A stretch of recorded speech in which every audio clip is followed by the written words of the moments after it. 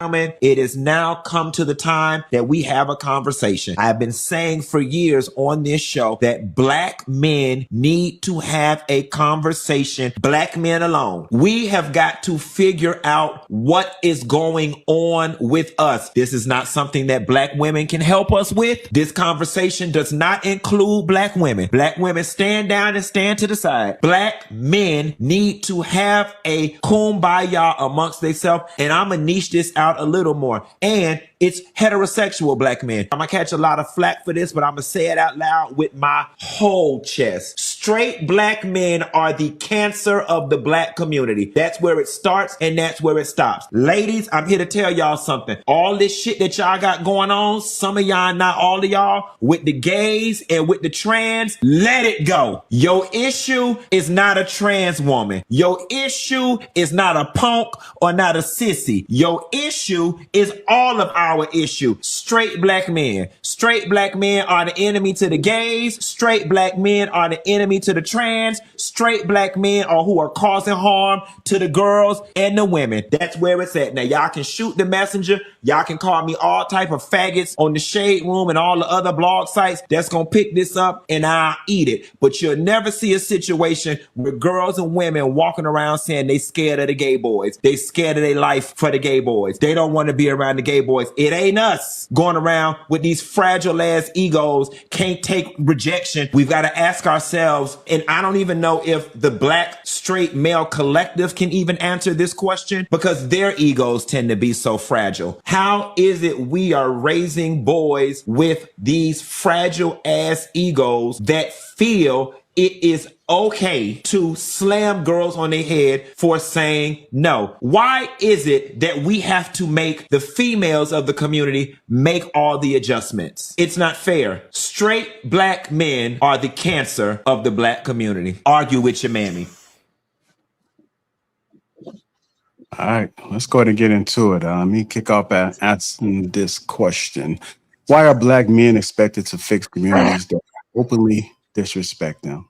Why are black men expected to fix communities that openly disrespect them?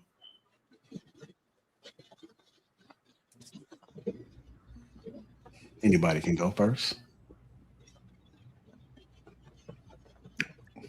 You repeat that question again, JR, I'm sorry.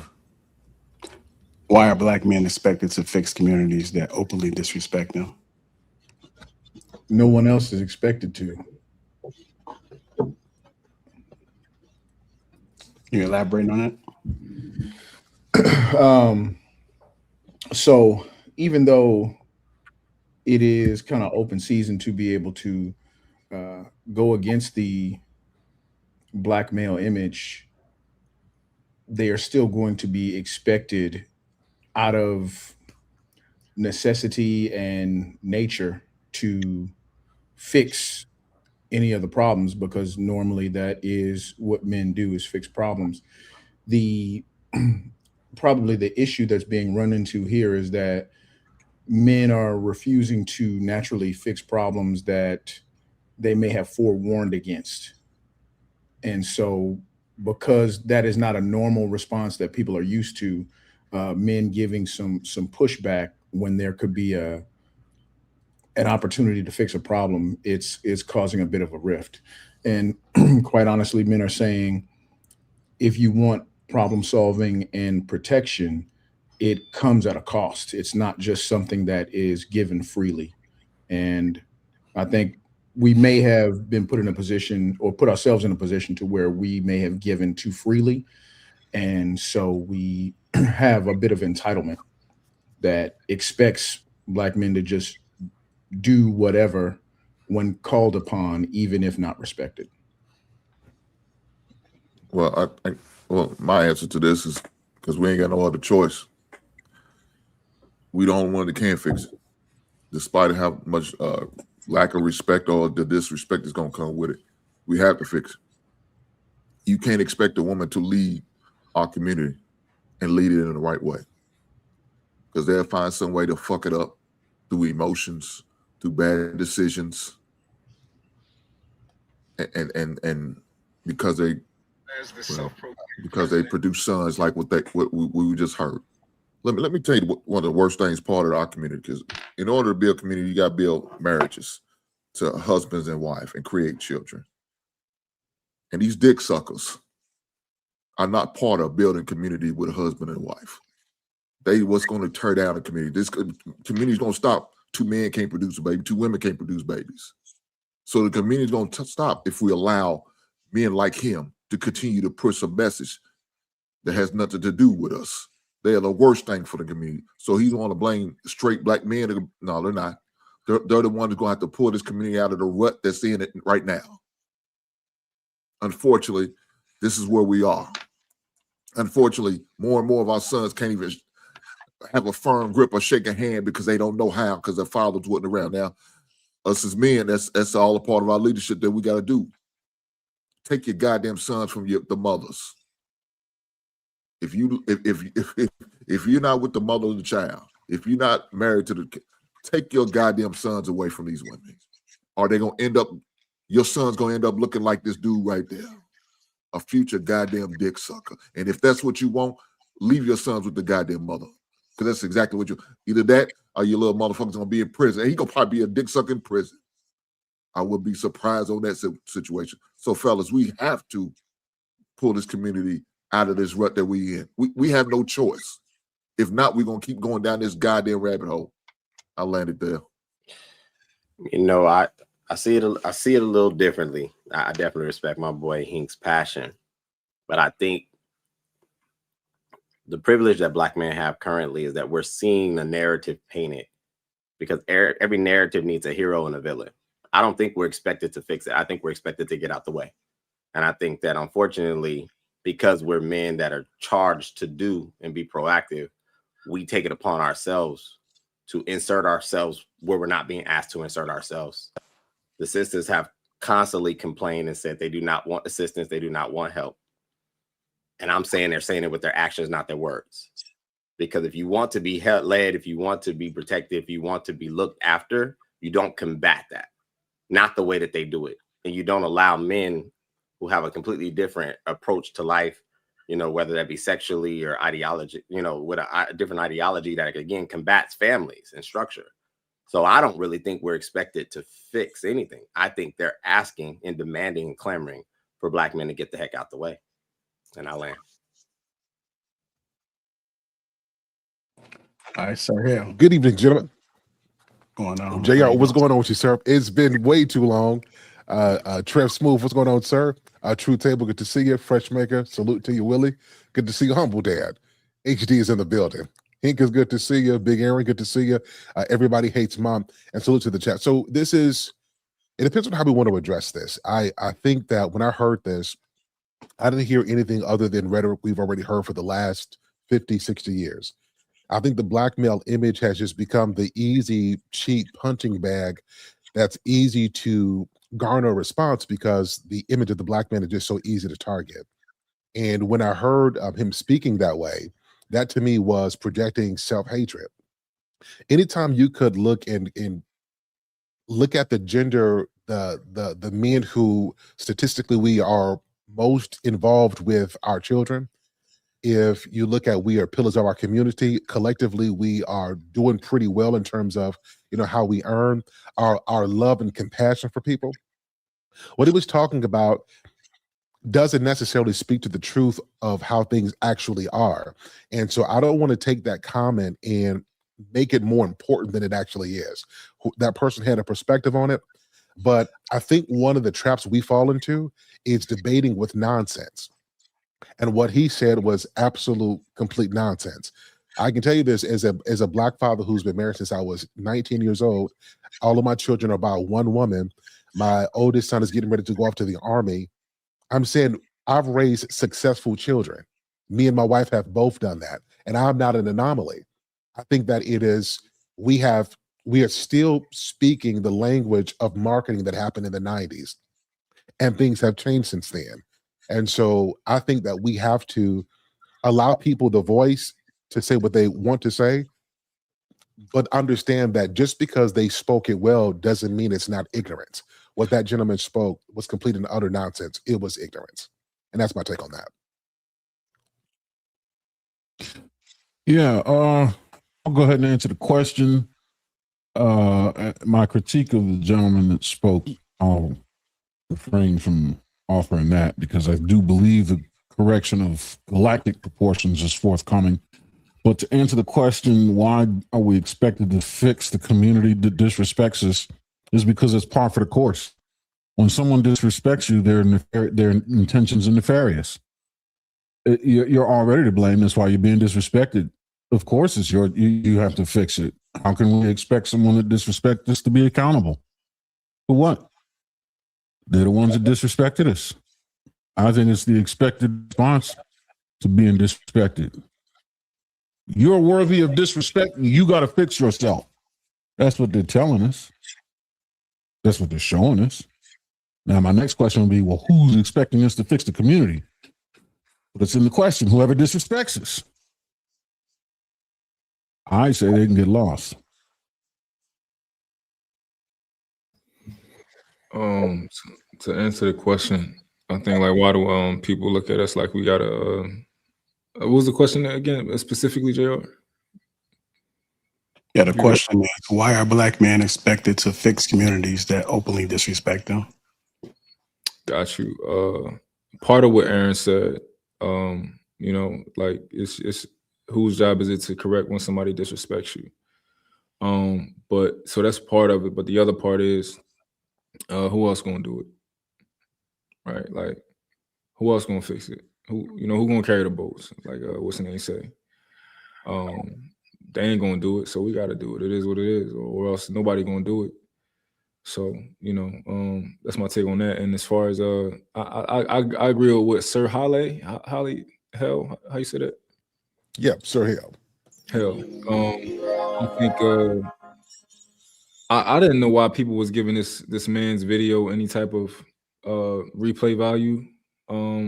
But everybody's been playing it, but so I gotta participate. But I actually felt like it was just something that y'all should have just let him talk and let his video die where it's at. But I feel like it was just something nobody should have really responded to, because it's the same shit you hear, ridiculous talking points, because people can't. It's like people are so like, their minds are so childish that they only see like gender and sexuality.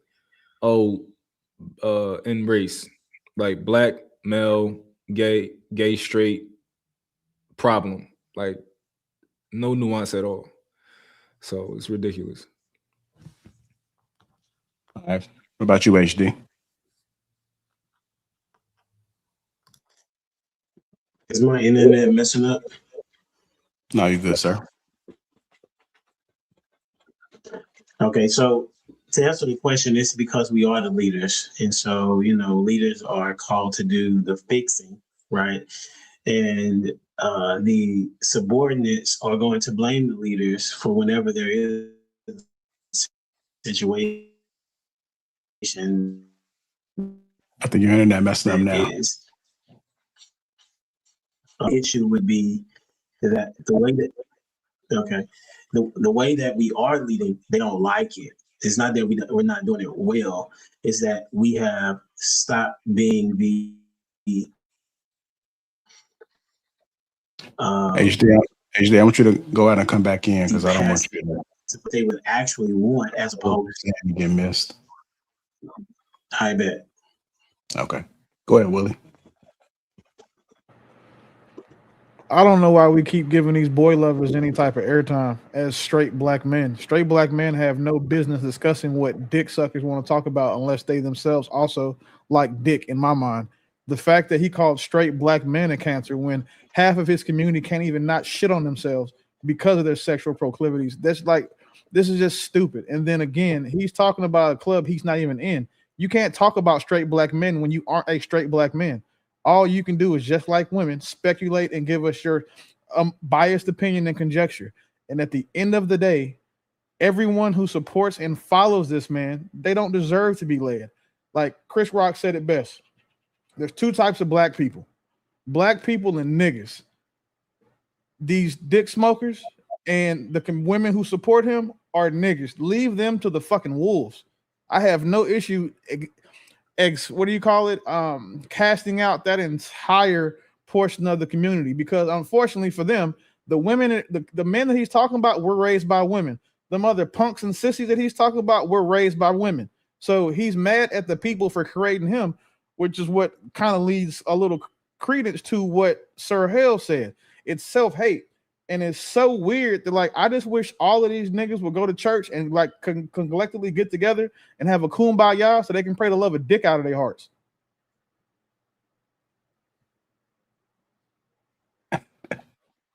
Okay, go ahead, Trey. Yeah. So there's a lot with that. I do, just to get to the question first, I do understand why men are expected to solve the problem. Hank started it off correctly. Who else is going to do it? Right? If we don't, who will do it? I think we are taking strides towards that already. I think if you just look at the panel itself, most of us are leaderships to some level. Right now, I do realize, to Humble Dad's point, we don't have leaders of large groups like we used to. We don't have serious civil rights leaders who are going hard and are able to make the change. So I understand that part of it. But as far as locally, we're leading our families, we're leading our communities. And the majority of us are well-to-do. The majority of us stay out of prison. The majority of us spend time with our children. The majority of us believe in building a legacy, right? And the offender is the speaker. That's who you see against families altogether. That's who you see, in my opinion, at least from what I've witnessed, which is anecdotal, but I get it. Most times when I see somebody who was ready to square up with the woman and have no gripes about it, it beat them guys. That's what you see. I've seen it up to a couple weeks ago. It was just like he was treating the woman as another man, right? Or treating himself as a woman and ready to square up and fight and in their face and everything else. And I'm like, you're still a man.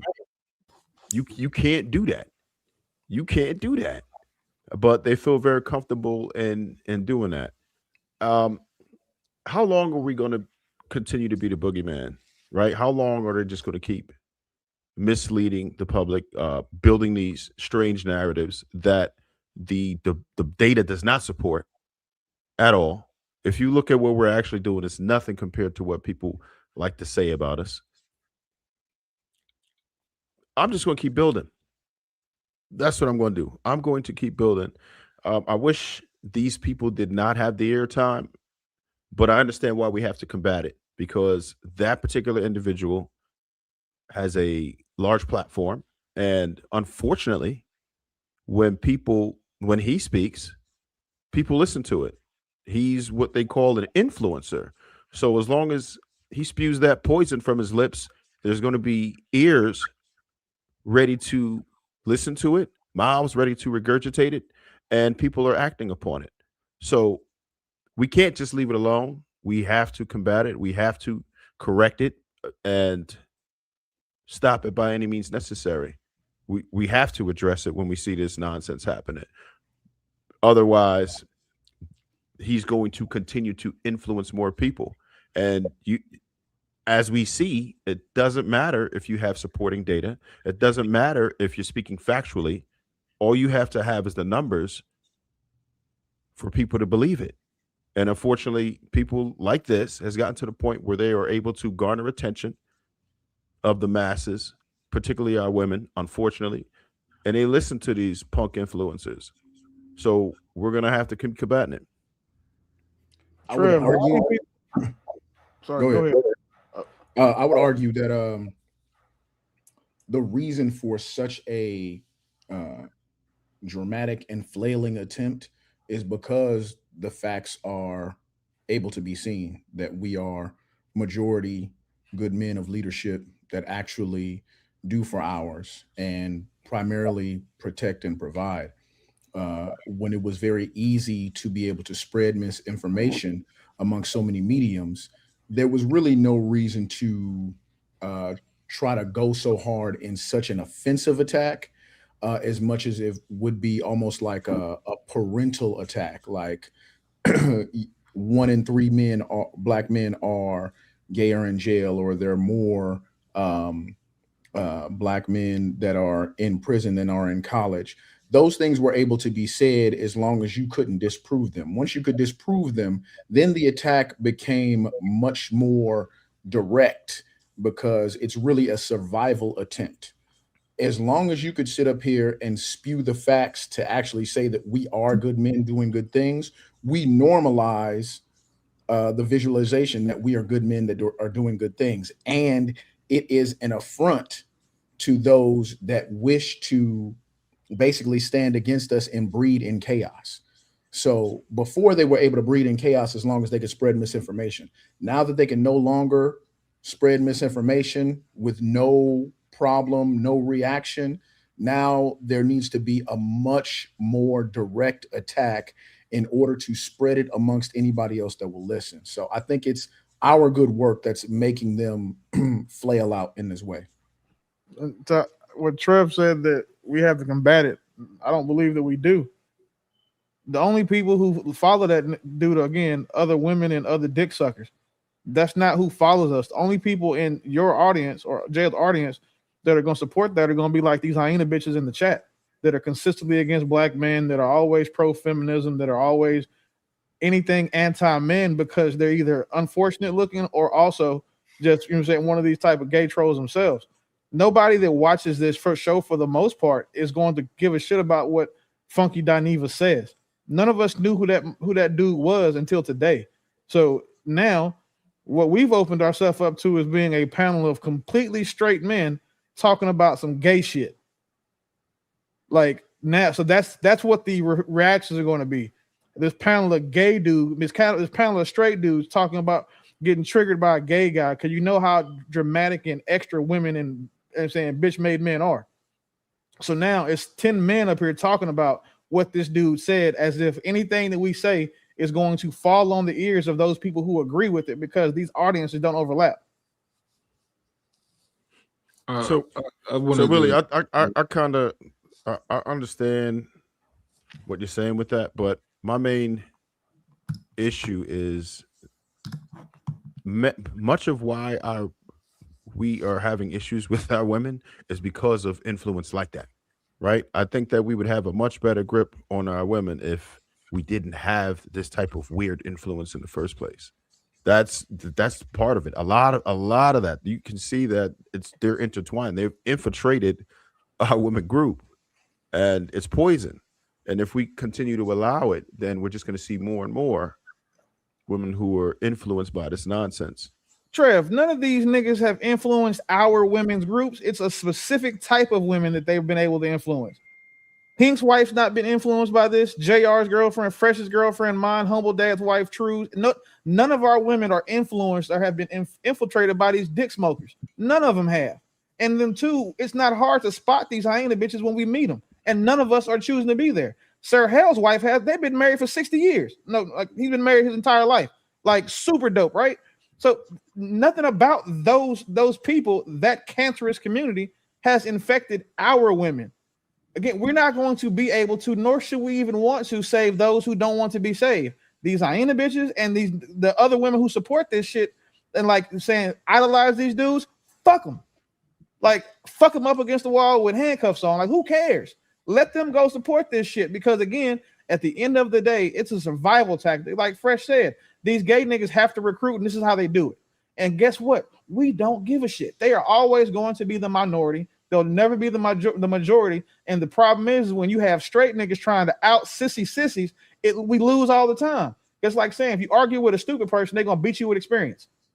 Like it's the same thing here. You can't sit here and give credence to what these saying boy lovers are saying just because you think they may infiltrate our women, because our women are the ones that are wholesome, feminine, kind, nice, and actually good women. We don't give a shit about these. These are like we argue with the Megan Thee Stallion fans. Like let all of them city girls, all of these motherfuckers just go do what they want to do, and then see what happens for them. They're gonna grow old and fucking alone. As long as we can get them to stop adopting kids, That would be a fight that I want to be a part of. I would think that our energy should be spent there, but just to arbitrarily say that these men are infiltrating our women, no, they're not. Is it is it safe to assume that there could be an overlapping, say, in a place like academia? Yeah, that's easy because the two people who run the AMA for the Medical Association for Psychology, whatever that is, are two lesbian women. So again, that's why the black males shouldn't be going to therapists, because they are being taught by misandrous lesbians. That is who is writing the curriculum for them. So cool, right? So then now, how do we combat that? Get in academia? None of us are going to do that. That's not what we're going to do. What we will do is be happy and make sure that we keep it contained to by cherishing and supporting the good women, by cherishing and supporting the men who actually are masculine, actually do things the right way, by supporting and upholding the standards that we hold ourselves to, and then giving credence and light to those things instead of talking about what this other dude does and the women that support him. It's crazy. So let me add to that point though. So, sorry, go ahead. Go ahead. Just real quick, the reason that I brought up academia was because those are particular years where some ladies that will be going in the right direction may get heavily influenced by this kinds of stuff in that particular arena. Like that's where those two worlds kind of come together, conflict and party and this, that, and the third. So they could pick up some of that in that arena. That's probably why you want to be able to combat that, so it's not normalized to the point to where they can be in classes together preaching about maybe feminist doctrine or whatever, or some kind of history, and lean into the idea that straight black men are cancerous, could be cancerous, or at one time were. Like it's kind of something that should be stomped out of normalization. I'll land there. Let's go to Sir Hill and HD, then Mont.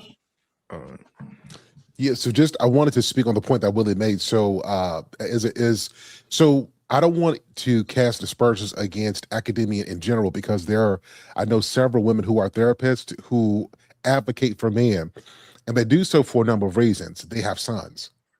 And a lot of the things that we've talked about before, they've been able to identify with, because now what they were unaware of, they now hear it from their own sons and people who were close to them. So we do have people who are entering into that. And I would suggest that us as black men, we do get into therapy. I think that we should become the psychologist, we should become the therapist, because if there is a reason we have it.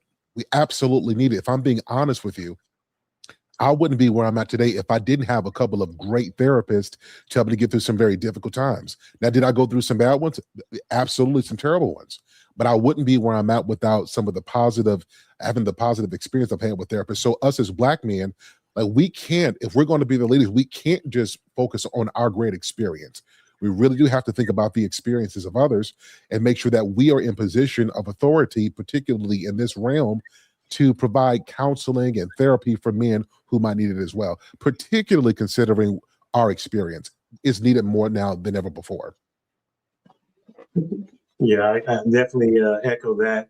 I went to a counselor. I went to a Christian counselor after I lost my late wife, and that was one of the things that really helped me get through like the darkest time of my life.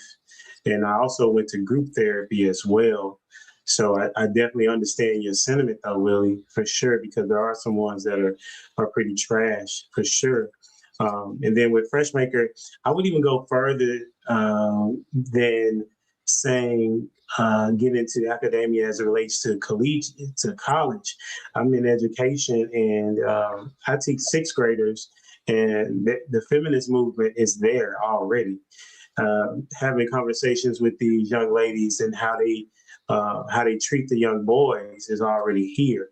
So it goes way, it's way sooner than what you would suggest. And I teach in a suburban area of Dallas, and these young women have, some of them have fathers in the home.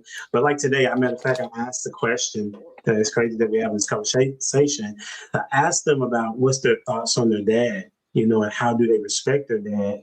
And one of the statements was, one young lady said she stayed out of her dad's way, because he doesn't want to be bothered. One young lady said that her dad is not really strict on her. But then you also had some other young ladies that said, I respect my dad by listening to what he says, and I respect my dad by when I'm out in public, I know that I'm representing him.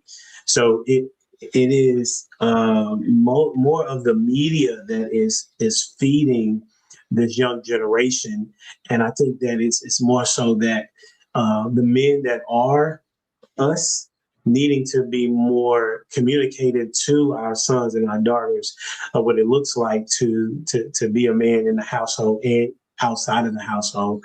But it's definitely before I cut out, I'm gonna add to the question that before. I mean, we are the leaders, so we're going to be blamed regardless. I mean, I'm sure you're familiar with John Maxwell, where he said, "Success rises and falls on leadership." Right, and so everybody's going to look to the leaders to get them out of a situation. They may not like what the leader is going to say, which is going to be a part of the problem. If you're going to assign us to be the leaders and not listen to us, then it's not going to matter that we're leading, because you're not willing to follow what it is that we're saying.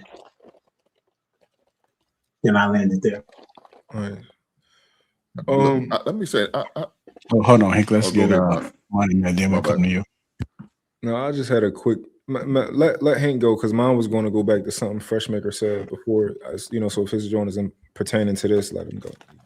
All right, just make sure you jot it down so you don't forget it. Go ahead, Hank. Yeah, mine's just gonna be. I couldn't imagine relying on women to fix where we are as far as our community. I couldn't imagine, man. Could you imagine depending on these individuals who's overly emotional and how overwhelmed they will be dealing with certain situations that we know they can't handle? A lot of them don't have the patience. A lot of them don't have the structures that they need. They're not going to hold nobody accountable or anything. They're not going to have the discipline they need in order to get us back to where we need. Shout out to the ladies. I know there's some strong women out here who probably could, but it couldn't. As individuals, they wouldn't be able to get along. You see how some of them move. Man, one person feel like they're getting too much credit and too much props. They add it. Then they ain't gonna find a way to get back together because they're gonna be jealous and envious of each other. Because certain individuals, I'm not going to rely on an individual like that in order to fix our community. There's no goddamn way. So that's why us as men, we have to do this thing, whether we want to or not. We could be scared, we could be afraid, we could be nervous. I agree. It's not going to be easy. It's not going to happen in my goddamn lifetime. Unfortunately, it is what it is. I just pray that my son and my grandkids could be able to do it and get it back to where it needs to be at. I'll land there. Hey, Hank, before you go, I just want to put this out there. Just outside looking in, there are certain situations where men are not leading the way they're supposed to be doing. And it's unfortunate, right? So that's the reason why some of the women are not looking to males' leadership. What would you present for us to do to kind of offset that? Because it's easy for you to speak that, because I'm pretty sure that you're a leader within your household, and you've shown some excellent leadership skills throughout your entire life for the most part. But what about the men that's not leading the women correctly? Is there a way to offset that? Yeah, there is. For those alpha type heifers, give them these weak ass men and let them do what they do with them. Because we do need leaders for the women, right? We do need them. And so them alpha type heifers could lead the women. But as long as they do it under the structure of a man, it's all good. And those people need to pair up. So you weak, spineless ass jellyfish men, get with them alpha ass women and good luck. That's who you need to be. And let your wife show you how to be a goddamn man, because it's obvious your daddy failed you. And I'm ashamed of your goddamn daddy. I would hope that that didn't happen, because the worst thing I was about to say the same. the worst thing a bitch made man can do is reproduce, because then he's gonna birth little bitch made babies. No, we gonna fix that. You can't. See, That's we what can I'm saying. You can't. we could change the youth. We Yeah. can't change past tense, old can't- heads. Some can't- motherfuckers they done for. We can't do nothing with them. You could Kill 'em change off. the youth, and there wouldn't be so many of these little bitch made boys running around here now, dropping bitches on their foreheads. Like that's what we can. But Will, that's why I said the fathers failed them. That will change. That's cool. Identifying the failure point is one thing. You're saying we can change it, and we can't. There is nothing that you can do about these little boys who've been raised in these households with other dick suckers, their mothers, their aunts, and uncles, without a man, to then expect them to go out into the world and not to imitate the things that they have been seen by the women they were raised by via emulation. So to say that you want the bitch made dudes and these tough ass women, these masculine ass broads, to go pair up now, they are still going to fuck. And when these people have sex, they're going to make babies. The difference is now, maybe I'm saying the bitch made niggas gonna have to do the breastfeeding. I don't know how that's gonna work in that type of relationship dynamic. But at the end of the day, the last thing we want to do is these weak men and these saying undesirable women reproducing. That is the last thing we need. We can fix them kids. Turn them motherfucking kids over to real dudes, real men. Do you know what the percentage of have a fucking camp for them? If that's what we have to do, if we see, we know they about to reproduce some bass, we're gonna have to fix it. Do what we can. Yeah, the only thing that we can do is sterilize both of them and then put them on an island together by themselves. Because if you look at the adoption rate, black men adopt children at the lowest of all men. So no, we're not out here adopting men with kids in mass. We're not out here trying to help. Now what we will do is go coach a football team, we'll coach a baseball team, but that's for 6 to 8 hours a week. When they spend the other 18 hours a day in at home with all that toxic ass influences they're getting from, again, those dick smoking supporting women. Like there's nothing we can do about that other than try to stop them from having children. That's it. Willie, we in the process of fixing the community. So we're going to have to make certain sacrifices. We're going to have to do things we're not used to doing. We're going to have to change some things that we're not used to changing. We have to. If we're going to fix the community, there's got to be certain sacrifices. And if that means more families going to have to adopt other kids in order to change our future, we're going to have to do that. That's the sacrifices as men we're going to have to make. I know we ain't used to doing it, but that's going to have to be, it's a new dawn. It's a new goddamn day. So we're going to have to start doing it. We can't let this shit go by. So that's a very easy prescription to give other people's families. But if that's your prescription, then you should also be embodying that. And then for someone to say, that also men shouldn't date women that have kids already, since that's a very popular narrative, that's something that you guys have seen me defend, that if we're saying that men shouldn't be dating women that have kids, but now you expect men to go adopt a woman's kids. That's a good point, Willie. But again, this is what I'm saying. We can't keep doing if we keep doing what we're doing now, we're going to keep on heading down this hole. We already there. We already there. So we have to do something different. We can't keep around with that. I'm not going to date them. Man, bump that. If we trying to really change, now if we're not trying to change people, let's stay the path. Keep doing what we're doing, complain about it, and don't have no action behind it. It's nothing but words. Words don't mean shit to me. Put some action behind it. And we're going to have to put some action behind it by making different acts than what we was used to do. That's all I'm saying. We can't keep doing what we did in the O. I understand all of that. We understand that. But if we're trying to change the community, we have to actually put that work in and make some different decisions, whatever that is. No argument there. But what I'm saying is simply, if that is your prescription, that needs to be what you are also doing yourself. Because if that is not what we're doing, then it's just words. Oh, for sure. It's got to be a collective will. It's got to. I can't talk this shit and don't back it up with my actions. Again, that's what I said. Actions speak louder than words. If we come to collect, and this is what we agreed on, I got to open up, do what I got to do, whether it's financially, my time, my energy, and my resources. Whatever I got to do, I got to do. If I want my community to be different, I have to. I can't just tell you to do it and not be willing to do it my goddamn self. Who's going to follow me after that? Nobody. All right, let's go ahead and get my question now. Go ahead, Mike. Nah, my statement was in regards to when Fresh was talking about facts.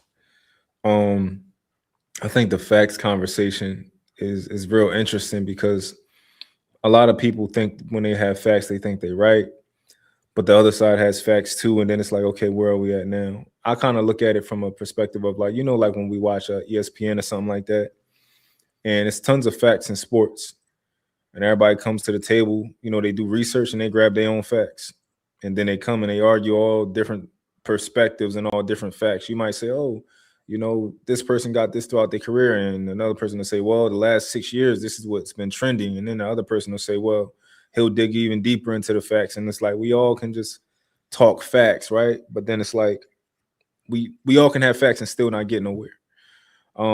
So I just kind of wanted to throw that in there. And then also is the other perspective of is facts plus also, what are we experiencing and what are we seeing? Because like you can tell me who's the greatest player ever, and then you like, yo, you ain't see him. You might know you had to go, you had to be there, you had to see it, right? Some people say the eye test still has to be there, right? So I don't know. I just wanted to add that in there. I like to throw this piece in here as well. So I am a person of faith. To me, this is important because if we have these kind of conversations and we're talking straight logic, straight facts, it is very easy to go down a path and look at the data and statistics and say there's no hope and therefore we should do X, Y, and Z. But I still believe that people can change.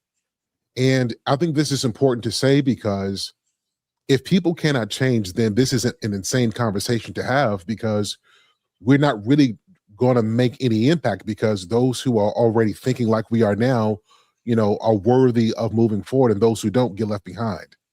And I think that misses a large demographic of people who never really seen what a man really is, and to learn from them. I have seen women who have never seen a man who was loving and caring and who is a leader grow up and assume that their experience represents all men. And so they project that experience. And so when they get a masculine man, they are very combative to him and fight him, but they're not fighting him because something's wrong with that guy. They are projecting their own experience. And it is, I forgot, I think, Willie, you said it. I think it is a very humbling part to bring up that if you're going to do something, you've got to be able to look within your own context and be found doing the same. And I remember 2-3 years ago when I was at this place, I was hardened. My heart was hard because of when you're disappointed by the women who are supposed to be respectful, you get disappointed over and over again. It can make your heart hard. But then I've seen people change. And I think that as Black men, as logical as we are, we cannot become so smart that we lose sight that people don't always stay the same, and that exposure to something better could be the catalyst for them to see themselves as better and therefore inspire them to do better. And we as Black men have an opportunity to be that catalyst. So we all have strong opinions, we have strong language, but I don't want us to lose the capacity for hoping and for inspiring people to change and see themselves better than they've seen themselves before. I don't want us to ever lose sight of that because that's one of the powers we have that I don't think we tap in enough. I think this That's a solid point. Because Go ahead, HD. no, I was just saying that's a powerful point because any and every book that you read, especially the Bible, it talks about the mind, right? And that words are very powerful. And being able to speak things and be not as they may, and to say that that this is not going to change, right? That's a pretty definitive statement for individuals that have seen progress in their lifetime in regards to a multitude of things, right? I mean, at some particular point in time, the women were and men were doing what they were supposed to do to build the family, and then they changed. So if they changed at that particular point in time, they can definitely change again for the betterment of our community. It's just a matter of how do we get on the same page for those of us that are actually wanting to see families built and the relationships mended and reconciliation to happen. We have to have a conversation within ourselves. And I'm with Willie. I understand the premise of like, not giving, and also not giving credence to an individual that is really a detriment to the community in some sense. Because we already know on the panel what things that need to be done in order to be productive as a society. So I think that we have to refrain from saying that it can't happen, right? And refrain from saying that people won't change, and go to the positive of that. We have seen people change. Us ourselves have changed. And what happened? How did we change so that we can help somebody else? Let me get to the super chats real quickly before we speak again.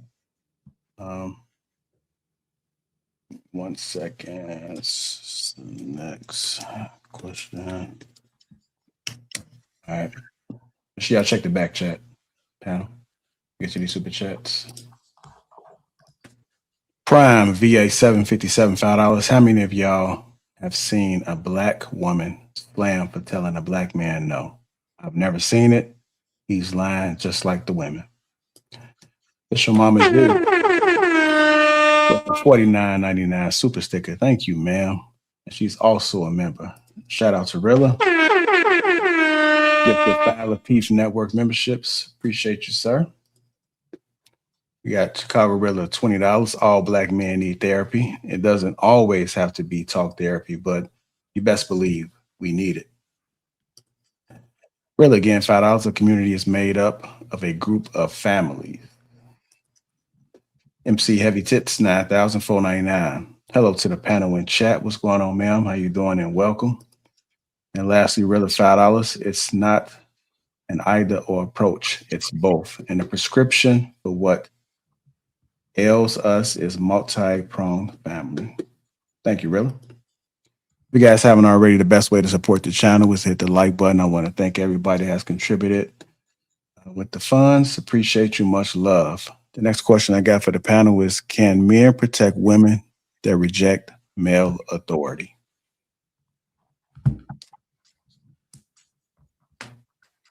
Not without it costing him his life. Not a cost without his life. What you think, True? Not effectively, no. Okay. I don't think you can protect somebody who doesn't listen to you, because that's how you protect them, is with that knowledge and that information. And it's like, outside of that, if they don't voluntarily listen to you, you would have to make them listen to you, and you know that we can't do that these days. So yeah. What you think, Trev? I would say it's nearly impossible, because part of that protection is, I think someone already said, the leadership. So if we tell you, and that's in every fashion, just if we're saying, hey, it's not a good idea to wear that. You don't want to listen? Okay, well, guess what? You're going to deal with those consequences. Hey, this is not a good place for you to be at this time. No? Okay. This isn't how you should spend your money. If you got somebody who's hard-headed, you already know what's going to happen to them. If you're not willing to if you want to reject our leadership, then how the hell can we protect you at all? If we don't have any authority, it's impossible, in my opinion. Because if you're not going to respect the authority, you're going to do whatever it is that you want to do, which is the main part of protection is guidance, right? And so if the guidance is not there because you're rejecting it, yeah, you're pretty much on your own. Do you think women should respect like a stranger's authority, like just men in general, or do you think the men that's involved in a life that's important, that really matter?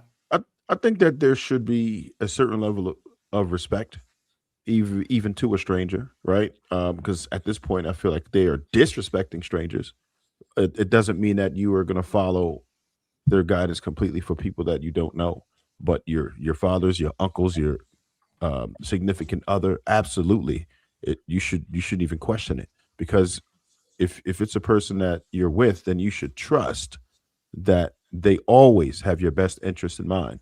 And for the most part, men that I know who are trying to offer protection, they always have their best interest in mind. But strangers, I mean, I understand it. But real talk, that's rejected as well. I'll be honest with you. I had a horrible instance a couple weeks ago. I'm gonna just give you the premise. Parking lot, 2 o'clock p.m., bright, sunny day, people around. I saw um, a young woman flopping into the parking lot, right?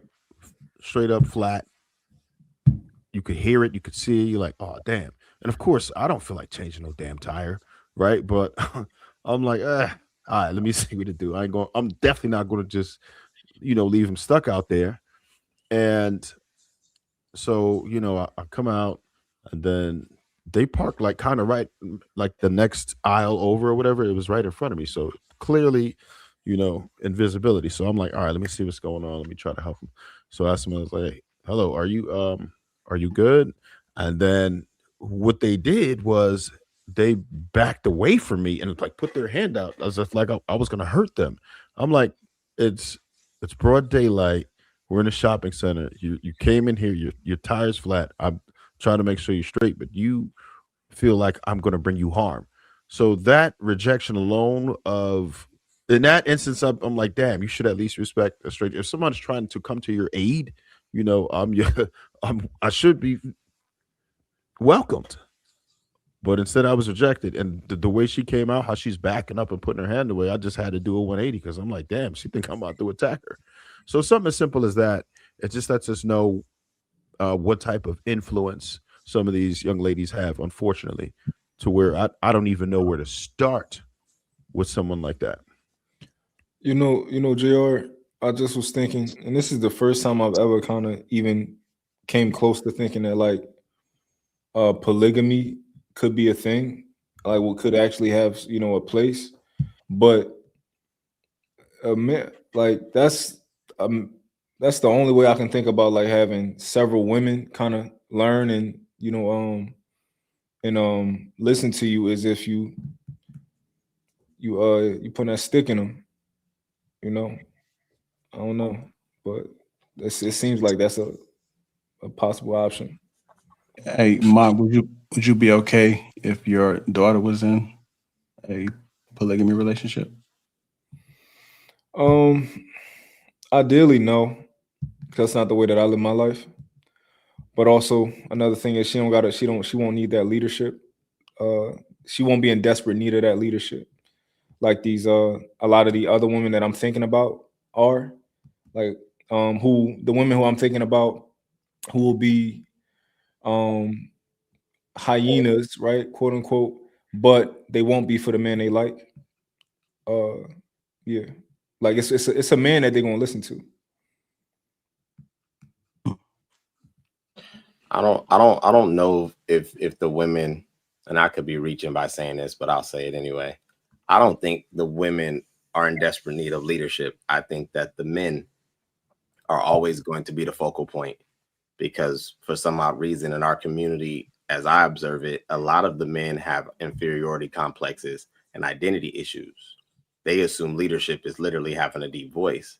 They don't even have a real hard constitution of who they are and what they oversee.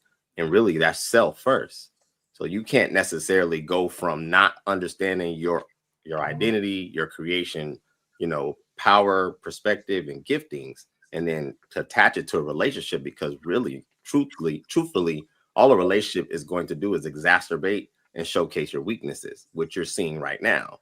And what I think a lot of times happens in our community is that we've reduced our interaction with women, not maybe us on a panel, but as a collective, down to the physicality, not understanding that it was never, that's not the premise. So I think the focal point always has to still continue. We talk about the men being the leaders, but sometimes it sounds like we're not sure if that is actually the case. We're asking for permission for something that we were born to freaking do. And until I think that is a concrete understanding amongst men that look like us, you're not going to see the shift, as much as maybe we would like to see it, because you got a lot of males walking around not understanding why they're even on this earth, what they're supposed to oversee. what tutelage looks like, even from their own perspective. They don't got the mindset or, you know, the wherewithal. So I think it would correct itself once we really do get men with collective thought, whether that's polygamy as a, you know, relational component, whether that is Christianity, whether that is being a Muslim, you know, but it has to be something that is set and achievable. There's just a lot of testosterone walking around with no direction. That's what I think see. a part of that is we're apprehensive about walking over the bodies. So we should be able to draw a line. We should be able to inflict shame. We should be able to hold standard and hold people out of certain classes if their behavior is unbecoming. We can also hold areas for people to upgrade if they show that they would like to be there. However, without being able to say to ourselves, okay, if these folks don't want to come along, we're going to have to leave them behind, then we're always going to have a portion of our leadership kind of questioned or tagging behind because we're not in a position, well, we haven't accepted that we'll need to walk over some of the bodies. Well, I don't think that we've even accepted that we're worth being followed in its simplest form. I'm speaking as the collective. A lot of brothers, in my opinion, don't even have consequences for violations of their leadership, consequences for the fact that I've decided to pursue something with you. And if she does not, you know, adhere or, you know, to those things, what does that look like? What is the corrective actions? They don't think about this stuff at all. That to me is elementary. If you're a man, you're supposed to understand what you bring. You're supposed to understand your talents, your gifts, your abilities. And then whoever you allow to occupy your space, that should have certain levels of rules of engagement. That's everybody. Acquaintances, friends, family, woman. Most brothers don't even know how those pillars work, bro. Like, this is simple elementary crap. So we talking about being leaders. We got to get ABC out the way first. Who are you, my guy? Who are you? What do you stand for? What are you here to do? That's simple to me, in my opinion. So I think that is oversimplified though. And when I got married at 19, my first child at 20, I had that same mindset. And I'll tell you what it did.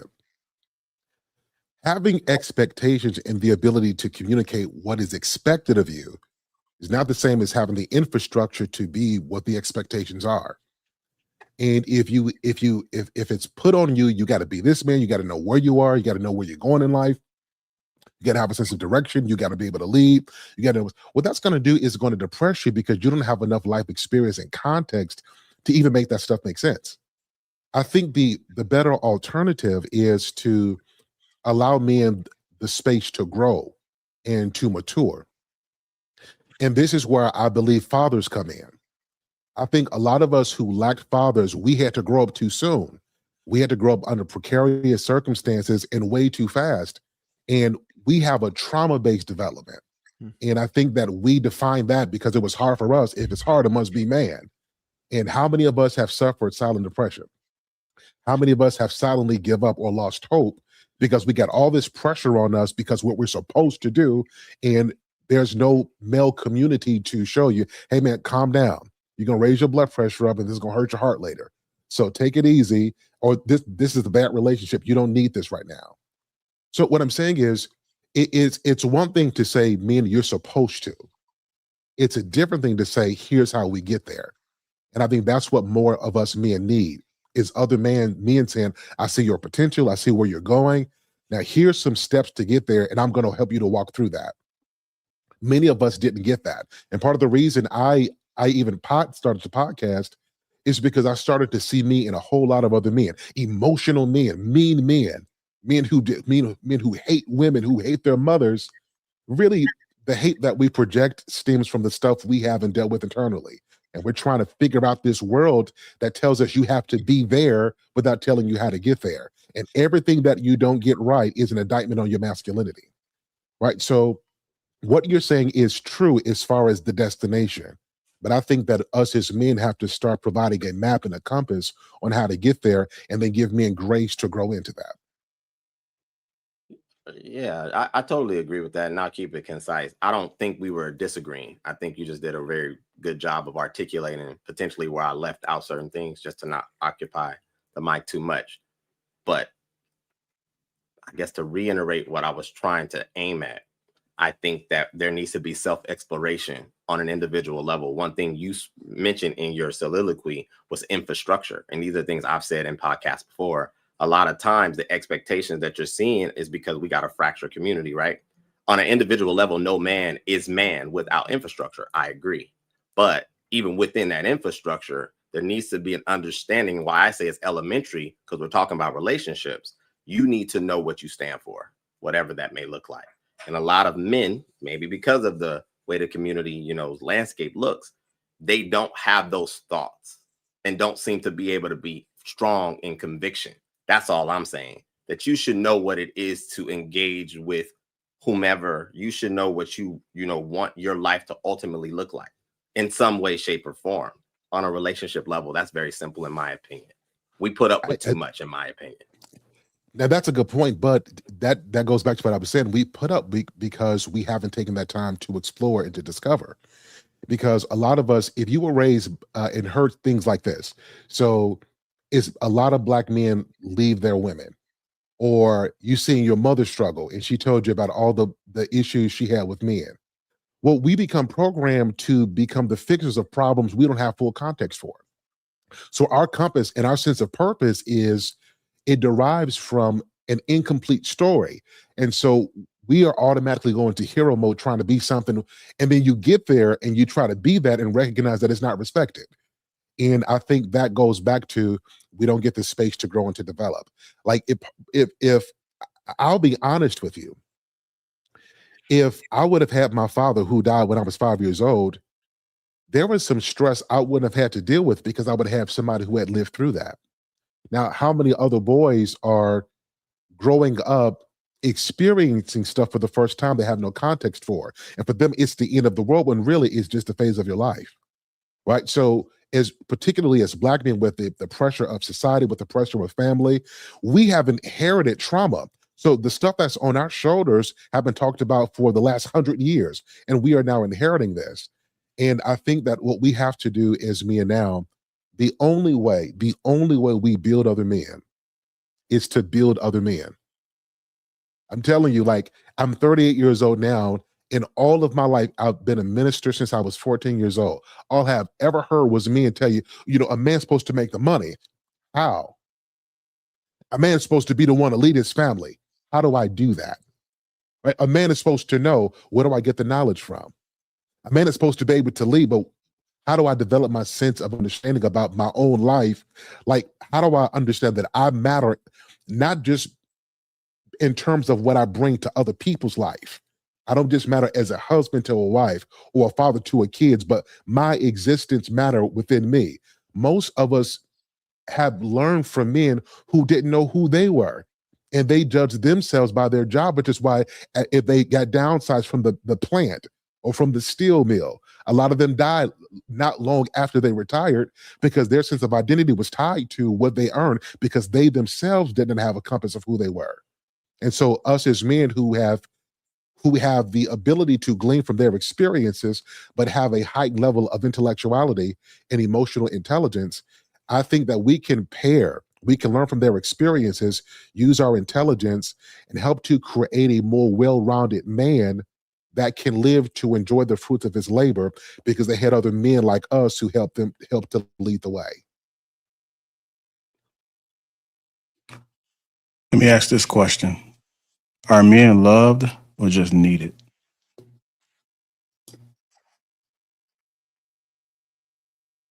Are men loved or just needed? Jack, can I can answer both questions. I just wanted to answer that last question as well, if you don't mind. Yeah, go ahead. Okay. Can men protect women that reject male authority? Fellas, you shouldn't protect nobody that rejects your authority. That means them goddamn kids either. That means them goddamn kids. If they can't respect the authority that you as a leader have to be, reject everybody and all people. And if that means some of you fellow weak ass men, you get rejected too. So yes, no, you shouldn't. You shouldn't protect somebody who's going to reject you, who's not willing to listen and follow the authority of somebody who's going to be the leader, or whoever's designated the leader, who is anointed to be the leader. So, no, reject them. You should. Now, your next question was, whoa. I want to combat that, Hank. I want to combat that. If you choose to marry a woman, and you made her your wife, it is your job to protect her. If that is your daughter, it is your job to protect her. Now, we can talk about the extent to which we'll protect. Sorry, I think we was talking about strangers, right? My wife is not going to reject my authority. Your specific word says, I don't care if it's your family. I don't care if it's your children. That's what you said. Did I say family? You said, I think you said family. I think you did. Oh, if I did, I'm sorry. But yeah, and even if that's the case, if a woman I marry is not going to reject me, else she wouldn't be blessed with my goddamn last name. She already knows what the authority is before we get married. So she's not going to get blessed. So she's not going to, my wife is not going to reject my kids. I don't care if they my biological kids or not. They're not going to reject my authority. So if I say family, please disregard that, because that's not what I meant, not family. I just thought we was talking about strangers. Just okay, I just want to go ahead. In the earth. Okay, go ahead. JR, if you don't mind if I can ask a question. Now, guys on here, are you guys religious? Anybody on the panel? Just faith, any people of faith, or just religious? Yeah. I believe in God. I don't believe in the black church, though. Okay. Well, I say this because shout out to the white church. I would say, wow. I would say it's an interesting concept, because the way that men are, the way that the capacity we have to love is like the love that God has for us. Now, all of us, if we think about our life, at some point we have rejected God. We have been disobedient. We have been evil, and yet He was still good to us. And so I'm saying, if we are people of faith, then we have to embody that as well, and not be arrogant to think that we hold a different heightened level of knowledge above God, that He was able to give us a level of protection when He knew our ins and outs, and then we can't give that to people. So I think it's a little bit presumptuous and quite arrogant to say that, no, reject anybody who doesn't obey us when we are here because God loved us even after we rejected Him. Hey, let me add, listen, I love you, Sahel.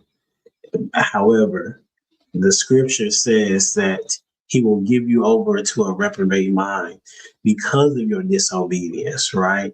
So He gives protection, but if someone is not willing to adhere to the protection, they have literally rejected the law. You know what I'm saying? So it is a part of what Hank is saying is there is a truthness to it, because this is what we teach our kids. We teach our kids to do what they're supposed to do, like in school, and follow the rules in school, because what it will look like later when you reject authority, that the law will have to take. If you reject authority or you reject the law and you do what it is that you want to do, now there are going to be some consequences that the law that was trying to protect you cannot protect you from, right? So I would add to or put what you're saying is that, yes, God does protect us. However, when we get outside of Him and do our own thing, that protection is not the same. And that's why I made the point earlier, to what extent. You know what I mean? That's why I posed that earlier, because, right, so we can go there. The point that I was making is that we just can't say forget everybody, because even the best of women are going to be rebellious at times, and that it is what it is. That's I know fair. All of us are alpha males on the panel. All of our wives are in complete subjection. I get it. Everybody's wife, everybody's girl is going to at some point become combative. But if that's not the default, that's what I'm saying. There has to be an extent to it, and we just can't say, well, the moment you get out of line, then you lose protection. That's not the way life works. That was the point that I was making. I don't think that's a necessary point to make. I mean, it's a foregone conclusion that we're not perfect. The question was really asking if she rejects male authority, which seems to be a bit more absolute and total, right? To say that, you know, we all are prone to having a bad day, of course, right? Now you're suggesting we offer grace to people for being imperfect beings. I think that's kind of a no-brainer.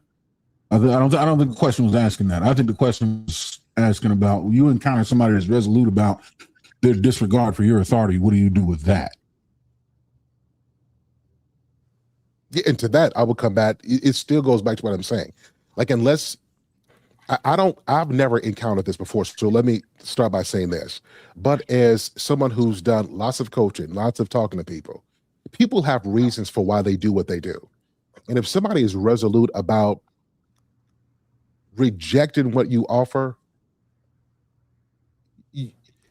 them rejecting has nothing to do with what you offer. Whether or not they receive it is on them. But it doesn't change the nature of who you are and your ability and willingness to protect them. And that's the point that I'm making. There are women who, whether we want to admit it or not, they fear men because many of them have had terrible experience with them. And if they haven't gotten healing from that, then they project that same pain on men who may be even trying to help them. And that's why I'm trying to offer some nuance, because a lot of times in these panel discussions, it is just extreme. You know, if she rejects it, you know, and I understand each of us have our own experiences, but this is why I'm offering mine based on the lens that I've seen life. Is no woman ever just gets there. Something happens. And I think that's where a little bit of grace comes in. Now, if someone is just defined and disrespectful, then again, they won't even accept it. It has nothing to do with your willingness to it. So that's what the question to me was interesting. You know, can you protect a woman who rejects it? Yeah, you can, but they won't accept it. Does that point make sense? No, because I'm gonna get. Go ahead, Aaron. No, because I mean that's why when I answered the question, I said not unless it's going to cost him his life.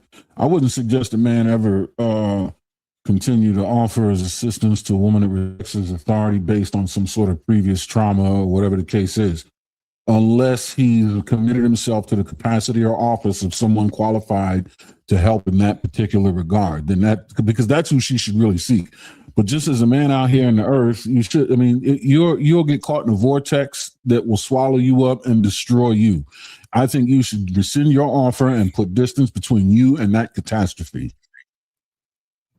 Yeah, because if you think about, to go with what you're saying, Aaron, Big Aaron, what I saw when you said that, unfortunately, one of my best friend, he lost his dad when he was like 18.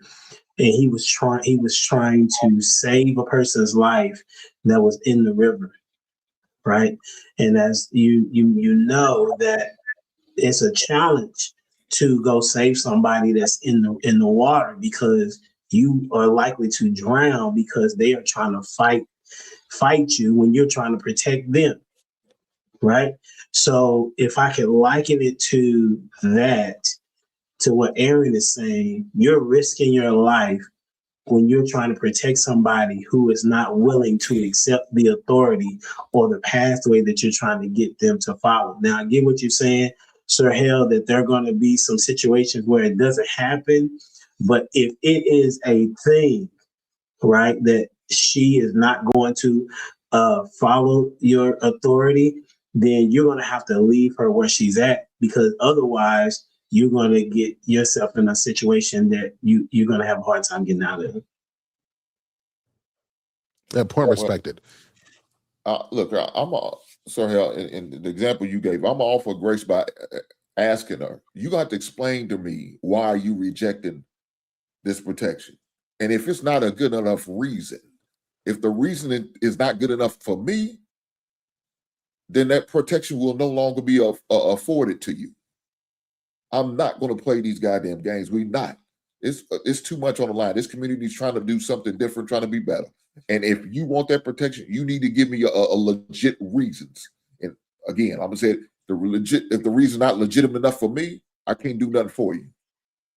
Lord speed, see, gentlemen. Lord, I pray for you and all your well-beings. in all your endeavors. But I want to finish answering that's the next question that JR had following.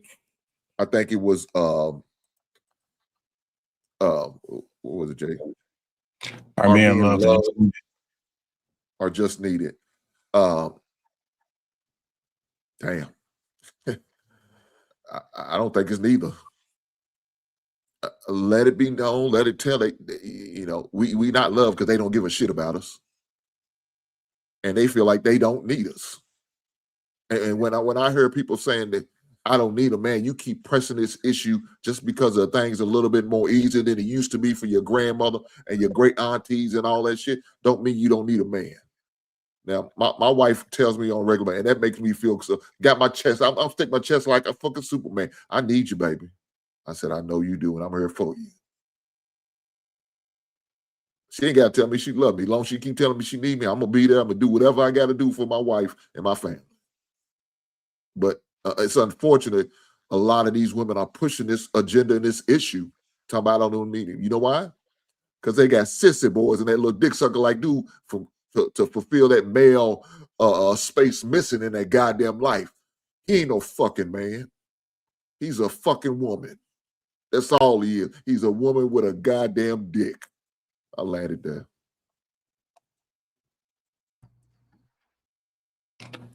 Wow. Go ahead, Trev. You can answer that question.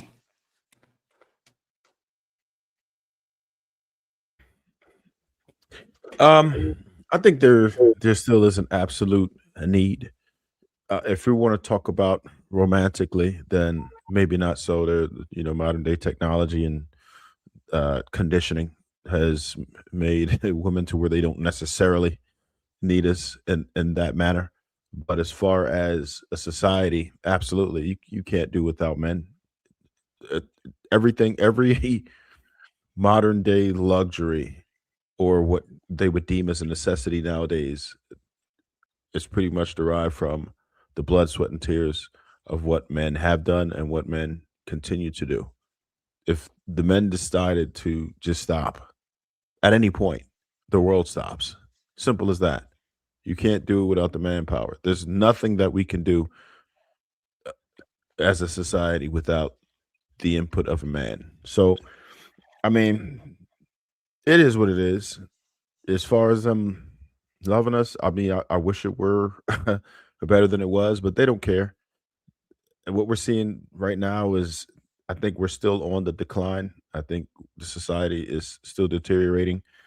Again, I think most of us here don't have the problem with finding decent women, but I think in general, from what I listen to what people are dealing with just in regular, just their normal encounters. And sometimes when I step out of my bubble, that's the thing. I think a lot of times we'll be in our bubble. We won't really touch grass, and our perception of the world might be a bit different than what reality is, because our reality isn't necessarily reality. That's just your reality. And I think that there are many more women out here who are having difficulty understanding the importance of a man and why you should appreciate a man. And men and women who were raised without fathers to have that positive outlook on what a man does and what a man should look like, right?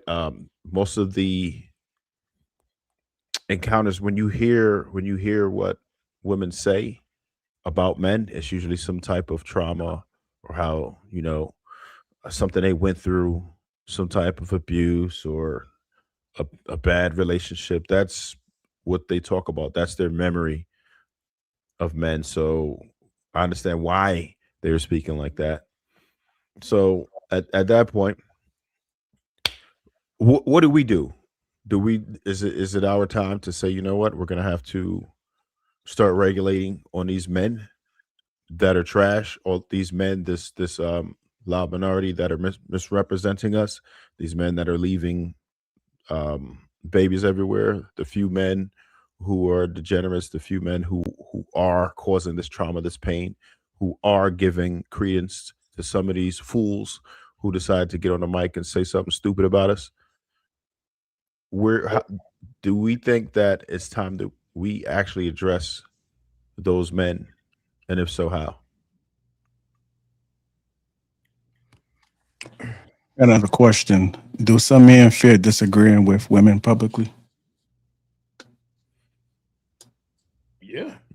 Yeah, the pander, Yeah. these dick smokers, and the men that were raised by them.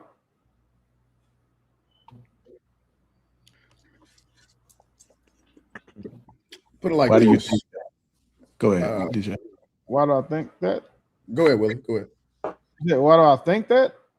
Well, I was just asking, just to add on to that. Do some men fear disagreeing with women publicly, and why do you think so?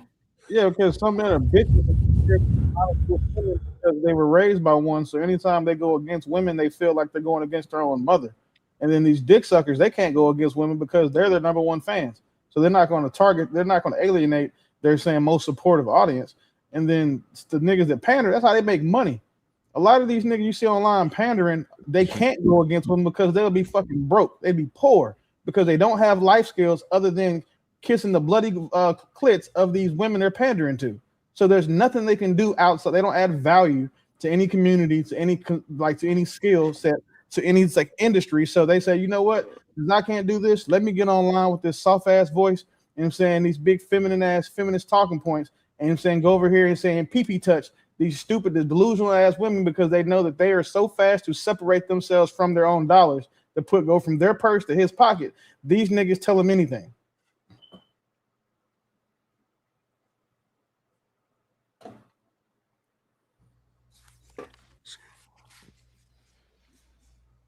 Go ahead, Fresh.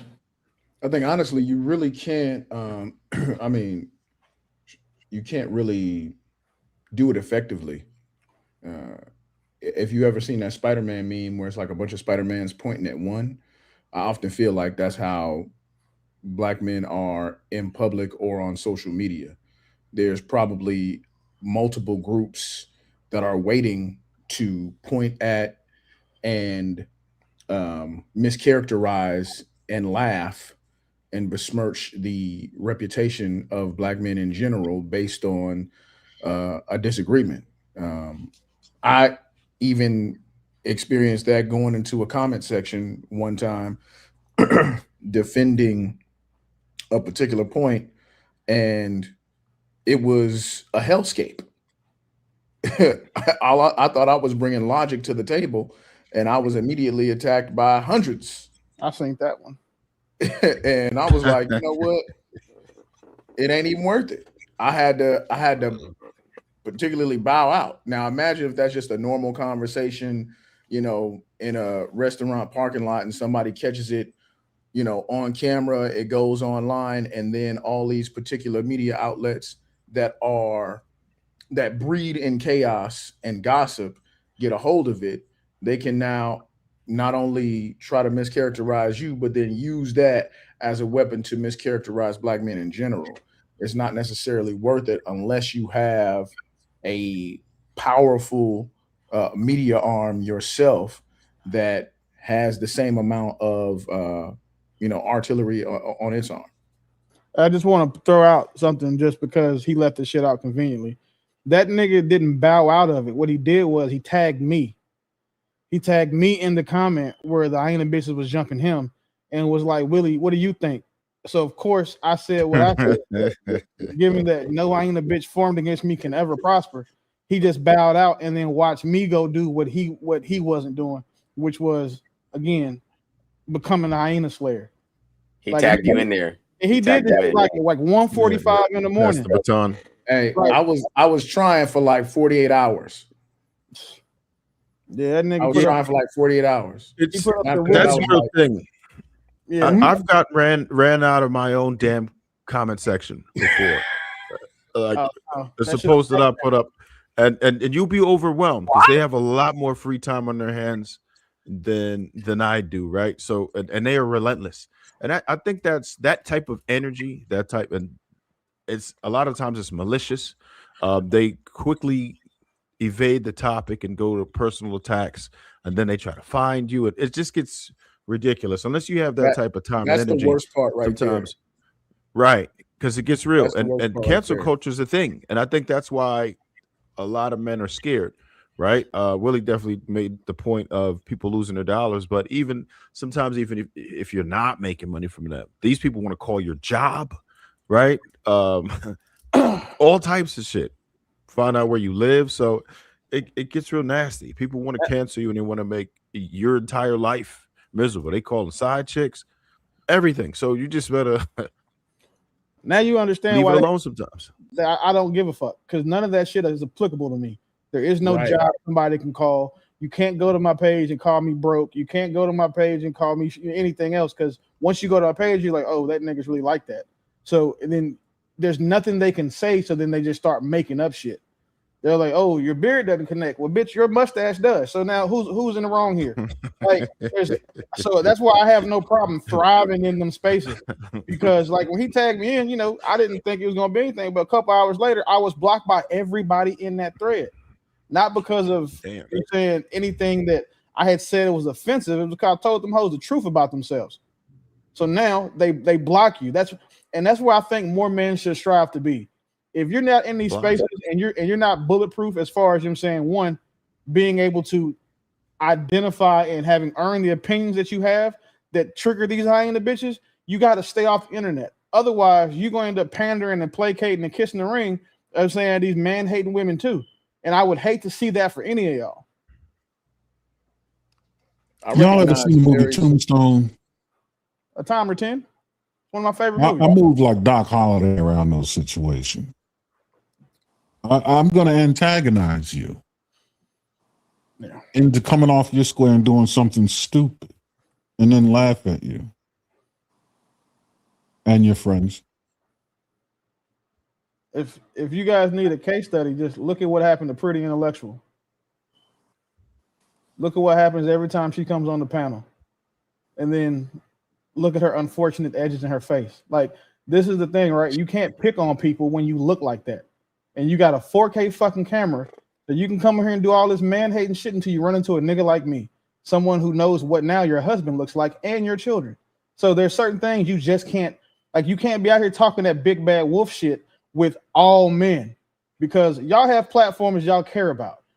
I'll burn this internet shit down just to prove that I ain't a bitch will never beat me. Like, there's nothing in it. I don't care. And then I am invincible to all of that shit y'all are talking about in real life. I wish people, I like when people see me in person finally, because when they do, they're like, man, that big alien head girl told us that you were 5'6" and 300 pounds. Okay, well, now that you know I'm not, it's cool. But again, like, nobody with edges like this will ever will form it. Like, this will never happen. Like, this is what the bitches in these comment sections look like. Like, this is the leader of the hyena. This is what they look like. And these are the women talking shit behind them screens. The niggas like Fresh, niggas like Trev in the comment section. So as long as you fellas understand that, and then make sure you actually act accordingly, you'll be fine. They can't counsel you like God counseled their edges. They can't do that to you. Gotta lay holy hands on the edges. Dick and who Holy gay? hands. Wait a minute. Nah, that was somebody. I brought it. Hank father. It sounded like that might be. What was that? Sound like damn. I know what's that dude's voice. Y'all know who he is. Little skinny dude. It almost sound like Ray J. Nah, that's not. Nah, he used to be on panels. He had like, forget the dude. Like, he the one who used to come for Willie all the time. Okay. I remember him. You know, what's his name? He always be like in a tank top in a car. Smoking. Yeah. You talking about the nigga with the cloth seats in his car? Yeah, I promise you, a nigga in a 2018 Honda Civic will never come for me. That's impossible. Nah, that was him. I added him in there, but he just wasn't on screen because he got Hank Father as the name, so I didn't know who that was. What? Yeah, he got Hank Father as his name. Yikes. I want to play this other video, man, but just give me 1 second. What's going on, caller? Hank Father, what you got for us? You call this nigga Hank Father? That's what he got his name as. I can't think of his name. I can't see it. I thought it was Robo. Yeah, there you go. That's him. That's what it sounds like. You on mute. I didn't want nobody flashing the screen, so that's why I got him like this. Oh. I guess he ain't saying nothing, so we ain't gonna worry about it. Drawing a line right there. There you go.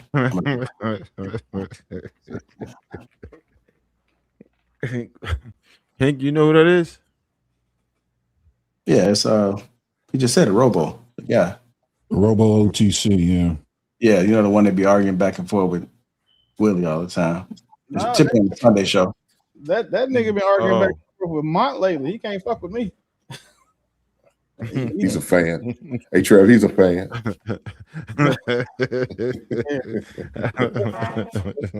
Let's be clear about a few things. It's one of the things about none of these niggas in these comments can fuck with me. And these women, they can't fuck with a picture of me. So like it's but if you want to open up the panel, we can turn this into that type of show. I'm here for that. So hell, are you sure you was? It's been a while since you've been up here, man. And the first thing you come back, man, you get all of this bullshit. You see what you come back to, brother? I'm just trying to Sir figure Hell out might Kings, have Sir what Hell are we might have talking brought about on right this now? bullshit. I mean, like, I'm just trying to see Kings. What are we talking about right now? Disagreeing with women publicly. We're talking about the paupers in our kingdom and how to get these unruly hoes in order. Okay. Hold on. Like I'm about to play that video, man. That I'm pretty sure you've seen this guy in court. The gay video? No, it's not gay. Right. Whoa. Give me one. So I'm about to read the player right now. You know what I'm talking about. But they have made reference, like the young dudes that was involved in that killing. And they was almost sentenced to death, but I think they just got life in prison or something close to it. Oh. You ever seen that trial? You talking about the kid, Julio, the rapper? Yeah. Yeah. Oh. Fuck them. Yeah, I don't know. I ain't heard about that one. Yeah, they all got their sentences and started crying. Yeah. So I'm about to play this video because they said that the guy in the court made it seem like he was going back to slavery. I want to get you guys' thoughts on it. Let me bring that up right now. I just downloaded it, so bring it up. All right, here we go. Let me take this one down though right now.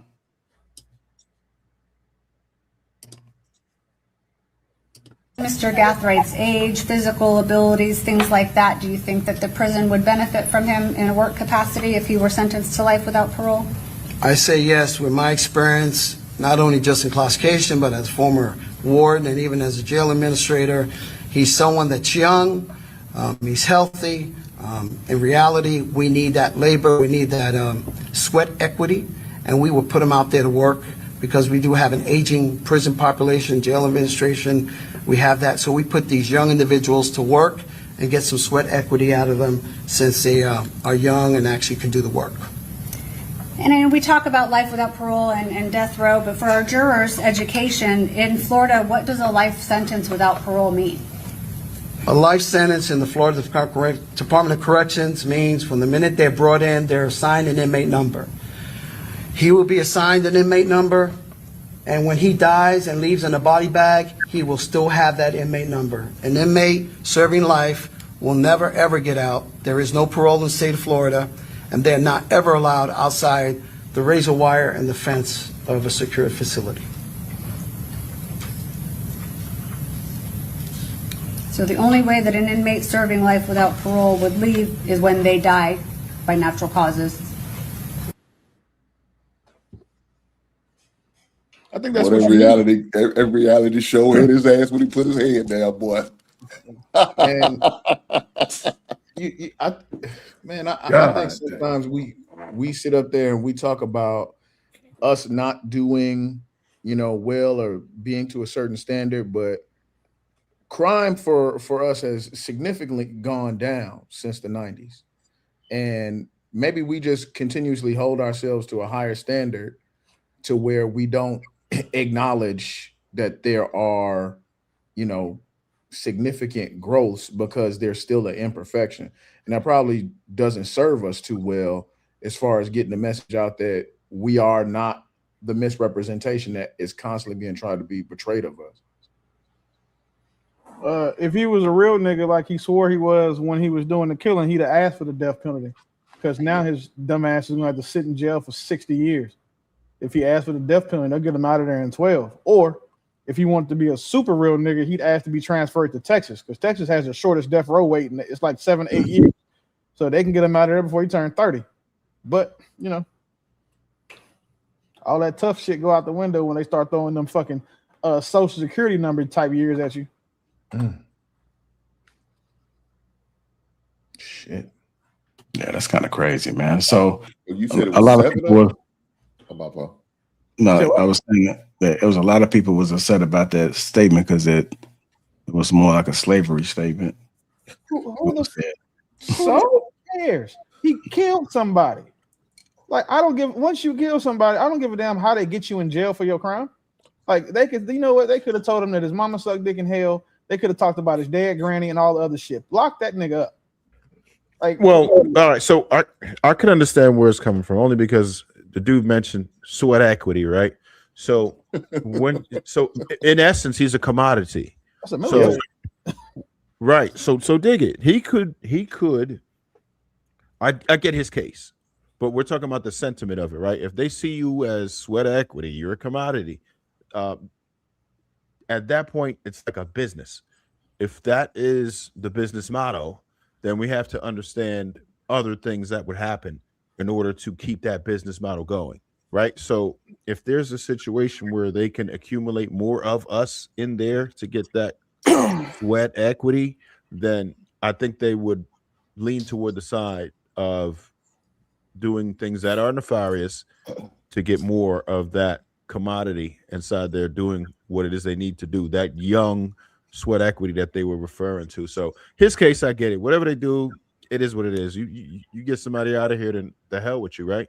But just the idea of if how he characterized it sounds crazy to me. I think it's weird for him to have that type of a viewpoint. Like, he seemed like he was licking his chops to get homeboy in there so they could, start making money off of him, whatever. And we do know that that's an industry that makes a lot of bread, and there are people who are sour enough to invest into that.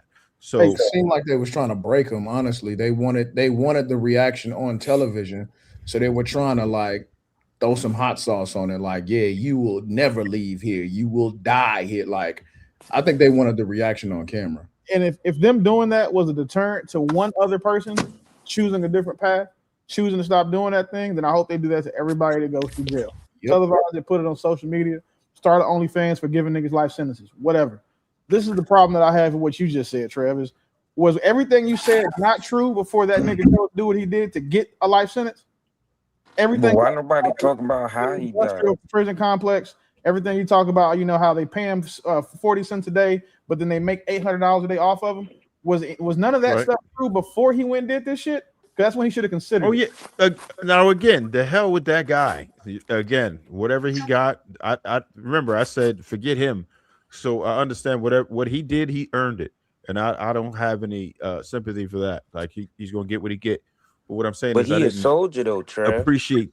Yeah, that's what soldiers do. I mean, no, I'm not saying he's right. I'm just saying for the he's technically a soldier. He called him a soldier. So, again, I got no issue with whatever's going on with that.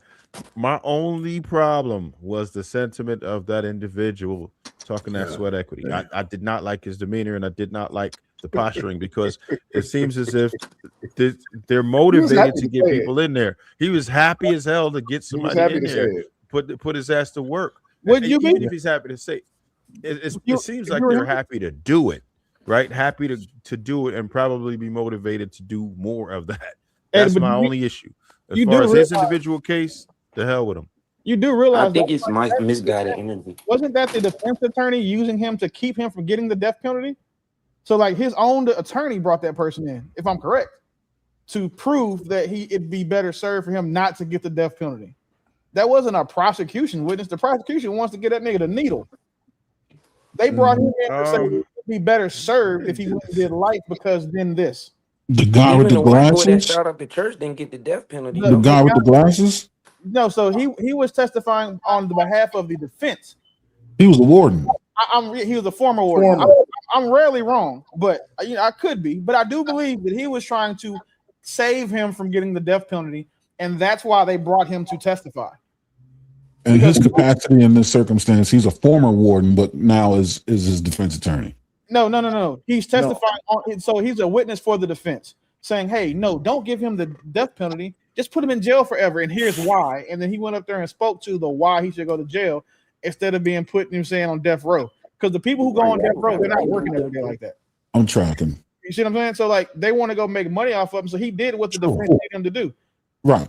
I just vehemently oppose him being on taxpayers' dime that long when if he committed a crime where capital punishment is eligible and it's something that they have issued on a regular basis, I don't have an issue with them also issuing it when it's actually applicable. I think he deserves leniency. Why? Well, here we go.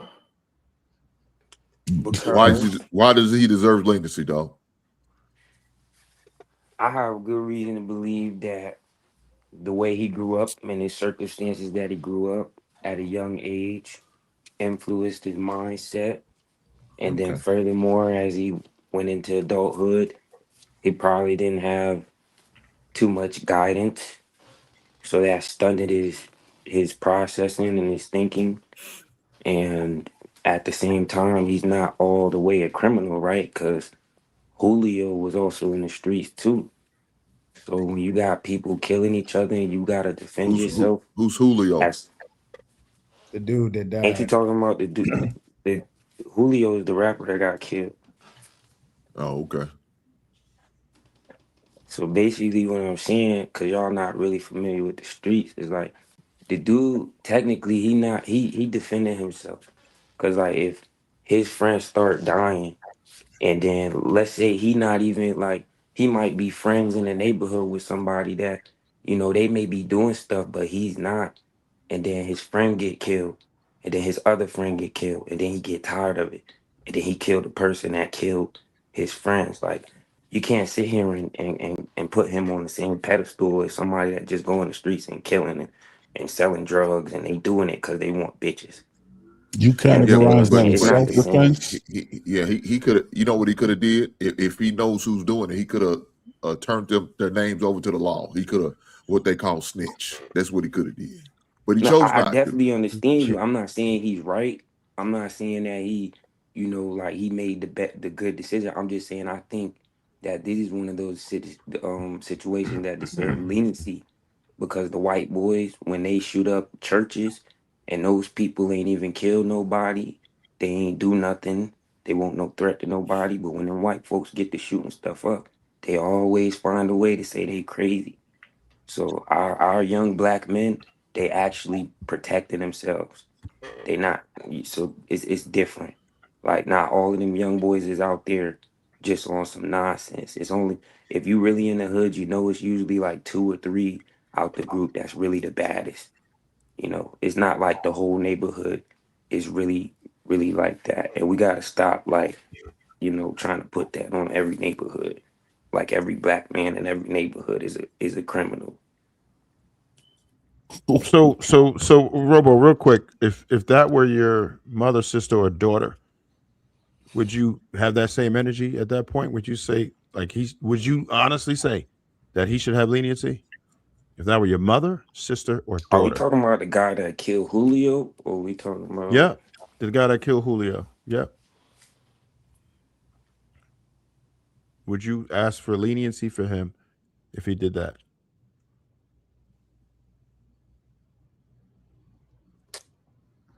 I can't hear you.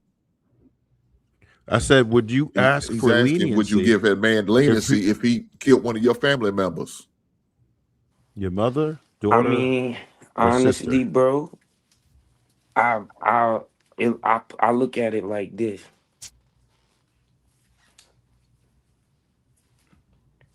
I got family that's in the streets and they kill people, family members, and Come on, man. as a Come on, result, dog. It's let it's a me yes or finish, no. bro. No, Bro, can dog. It's you a be a yes or grown no adult? question, brother. You know what it Bro, is. bro, Come on, man. listen, bro. Everybody up here been talking without interrupting, and you gotta mess the flow up. Wait till I'm No, finished. you was interrupting while Trev was talking, brother. Did We I? heard Did you. I, Trev? Did I Yeah, interrupt Yes. you? yeah. I think Trev can speak for himself. Did I interrupt you, Okay, Trev? buddy. You okay, buddy? I see what this about happen. Man, Can I yes or no? talk good? Would What's you wrong have with some you, bro? This leniency is if a not even man your did something to panel. your Like, this family, is brother? JR's show. I understand, man, but we don't want the foolery. So answer the You asked question. me a Yes or question and no? interrupted Yes me or no? before I finished, and now you're talking about Would you foolery. have the same leniency? And then you can elaborate after that. Yes or no? Yeah, depending on the circumstances. He outlined the circumstances for you. Yeah, we kind of did. Yeah. Yeah. First of all, what circumstances? Because we were talking about Julio. The one in the question he just asked you. Well, I just said that I didn't hear nothing he was saying. Trev Yeah. didn't ask Yeah. me no So question. I'll ask it again. So let's say Yeah, the Trev, dude. I still can't hear you. Your mouth is You moving, can't but hear I me. can't hear what you're saying. Can anybody else hear me? Yeah, Yeah, sometimes Can anybody else hear me? Okay. yeah, sometimes StreamYard mess up where he'll probably got to go back out and come back in. So yeah, hear some people and some people he don't. I've seen it Oh happen shit. over the past few months. All right. So damn. How about now? If you I can't hear just me, let come me know. back and go inside. I don't want him to have to repeat himself when he asks me something. All right. Switching to Chrome helped for me. Yeah, Chrome is a little more solid. Yeah, mine used to do that all the time, but Chrome, it don't do that. Yeah, but sometimes it happens when people on their phone. So and then they can be using that. Okay. Yeah. Let me go ahead and play that. You remorseful as you were running back with that AR-15 in your hands? Like I said, I try to remember nothing from that night. Was it traumatic to you as you went back to the car with that AR-15? Was it still smoking? Was it still warm in your hands from firing it? Sustain the objection. Were you feeling remorse as you were getting back into the Impala? Like I said, I just try to focus on today and moving forward. You dropped the Impala, the one that had all of these shooters in it, the one that was utilized in this murder, that was such a vital cog in this plan. You dropped it at your grandmother's house in Auburndale, didn't you? I'm here to testify about today. Are you going to answer that question, or are you going to avoid it? Because that's not what I asked what you were doing here today. I think we all understand what you're here to do today, what you're testifying about. I'm asking you specifically about your remorse. Were you remorseful when you dropped that car off and left it at your grandmother's house in Auburndale? I did go to my grandmother's house. Were you feeling remorse when you hugged her and got into the 4Runner and left her with the Impala after you wiped it down?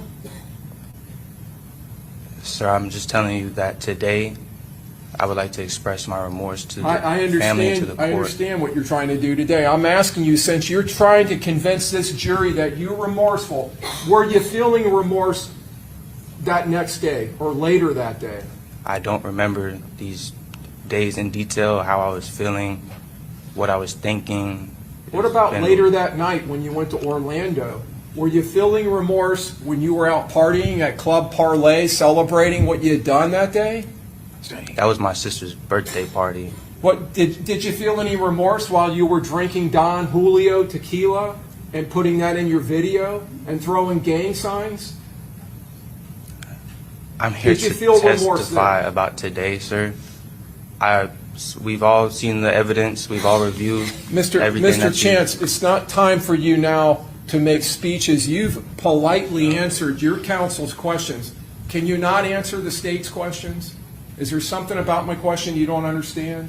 I was getting to. I'm sorry, Mr. Mr. Gathright. I called you Mr. Chance. Excuse me. I was getting to my answer. Like I said, I've seen all the evidence. Well, we've all seen all the evidence, Yes, right? sir. That's true. And after all that evidence came in, and this jury based their true verdict on that, convicting you, now you're taking accountability? Is that correct? Sustain the objection. Leniency is the operative word of the day. Hell no. What the hell was Robo thinking? Talking about we should Robo, have you can mercy Robo, you on can this hear me now? motherfucker, man. It sounds crazy. Yeah. Well, that comes Robo, with you the can. presupposition. All right, I'm gonna ask him again. So, if we're looking at the circumstances as they are, right? Dude is out celebrating, pouring up Don Julio, whatever, birthday partying and throwing up gang signs, whatever. If he would have, Hey, if you can you take that off the cam? Yeah, my fault. I'm still listening. yeah. So if he erased, one of your own, whether it be mother, sister, daughter, would you ask for leniency at that point? You see homeboy partying and all of this. Would you say like, all right, he's YN. I know he probably didn't have the same start as a lot of people. He may not have had the proper guidance or whatever. We did all that because that's evident. I think we all could kind of see what bro probably dealt with. But at that point, if he's taking one of yours that was dear to you, that had a beautiful life ahead of them, and they stripped that from you, would you honestly in the courtroom say, you know what? Yeah, let's offer bro some leniency because of his unfortunate circumstances that got him here?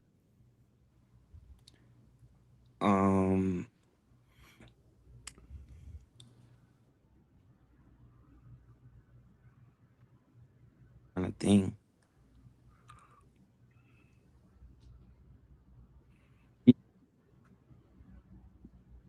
The killers out here. Shit, it kind of muted. My bad. I heard the tail end of what you were saying. I was saying I think it's a case by case kind of thing because you got different type of killers out here. So like I believe that there's people that could be rehabilitated from the things that's going on, and that the people that's like actually can't get no help is actually it's not as big as number as people think it is. I think what the problem is that it's accepted and normalized. Like he partying, but is he partying alone? Right? There's people with him trying to tell. They're probably telling him, "Oh yeah, you did that. You him. You this. You did." They're probably encouraging him to make him feel. He may even have a thought in his mind like, "Man, I just killed somebody. I might have to do." But he got people around him that's telling him, "Nigga, you like that. You him. Man, you ain't nobody gonna mess with you." I think the psychological effects of need to be factored in when it comes to these things, because it's like a lot of the killers in the hood, I don't believe is senseless. That's like a 1% out of all the killings. Like most of them like like, don't get me wrong, I'm not saying like people don't make accidents because that happened a lot, but I'm saying like it ain't like people ain't really evil. You know what I'm saying? That's like a small percentage of the hood. You know what I'm saying? Ain't too many Debos. Ain't too many Debos like that. You know what I'm saying? Like that's just running around everywhere like that. Let's eliminate a lot of these barriers you're trying to explore, right? And the case by case basis you speak of. Let's look at the case in question. The case that we're looking at right now, the court session we just saw. Well, the only change is the deceased are the closest genetic attachment to you is physically possible. The only change. That's the case you're answering the question within. Are you still asking for leniency? I don't think he can hear you. He said. Oh, you couldn't hear it? All right, Hey, so you can still hear me though? Hey, Robo, Yeah, take I that. can hear you. Robo. Cam. Yeah. It's like obfuscation that he's exploring these other variables and considering all of these other extenuating circumstances. No, the question is very simple. It makes it virtually impossible to answer the question. 'Cause, I mean, we did get that as case by case. That's why they have different cases. But at some point, we have to hold people accountable, because what happens is a dude like that. Because I know I am familiar with the streets. I grew up in Newark, New Jersey. I grew up all around that shit, so I understand it. Whatever you, I I'm like this right now, but I'm extremely familiar with that. Where people was set tripping, all that shit. Even pedestrians was getting ran down on for wearing a red hat or some shit.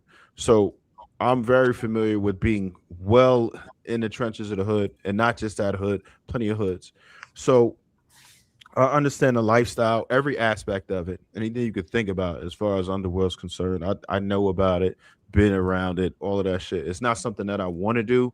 It's not something that I even talk about a lot, unless a situation like this might come up. And I don't ever try to predict it or act like I'm such and such just because I may have derived from that particular thing. But what I do notice is that when somebody does that, I understand you're saying that there's a possibility of rehabilitation, but there's also a possibility that he just start racking them up. And I know a lot of dudes who got a lot, right? And it becomes a sport after a while, and they're going to keep doing it, and they're going to keep tearing families apart, keep terrorizing people.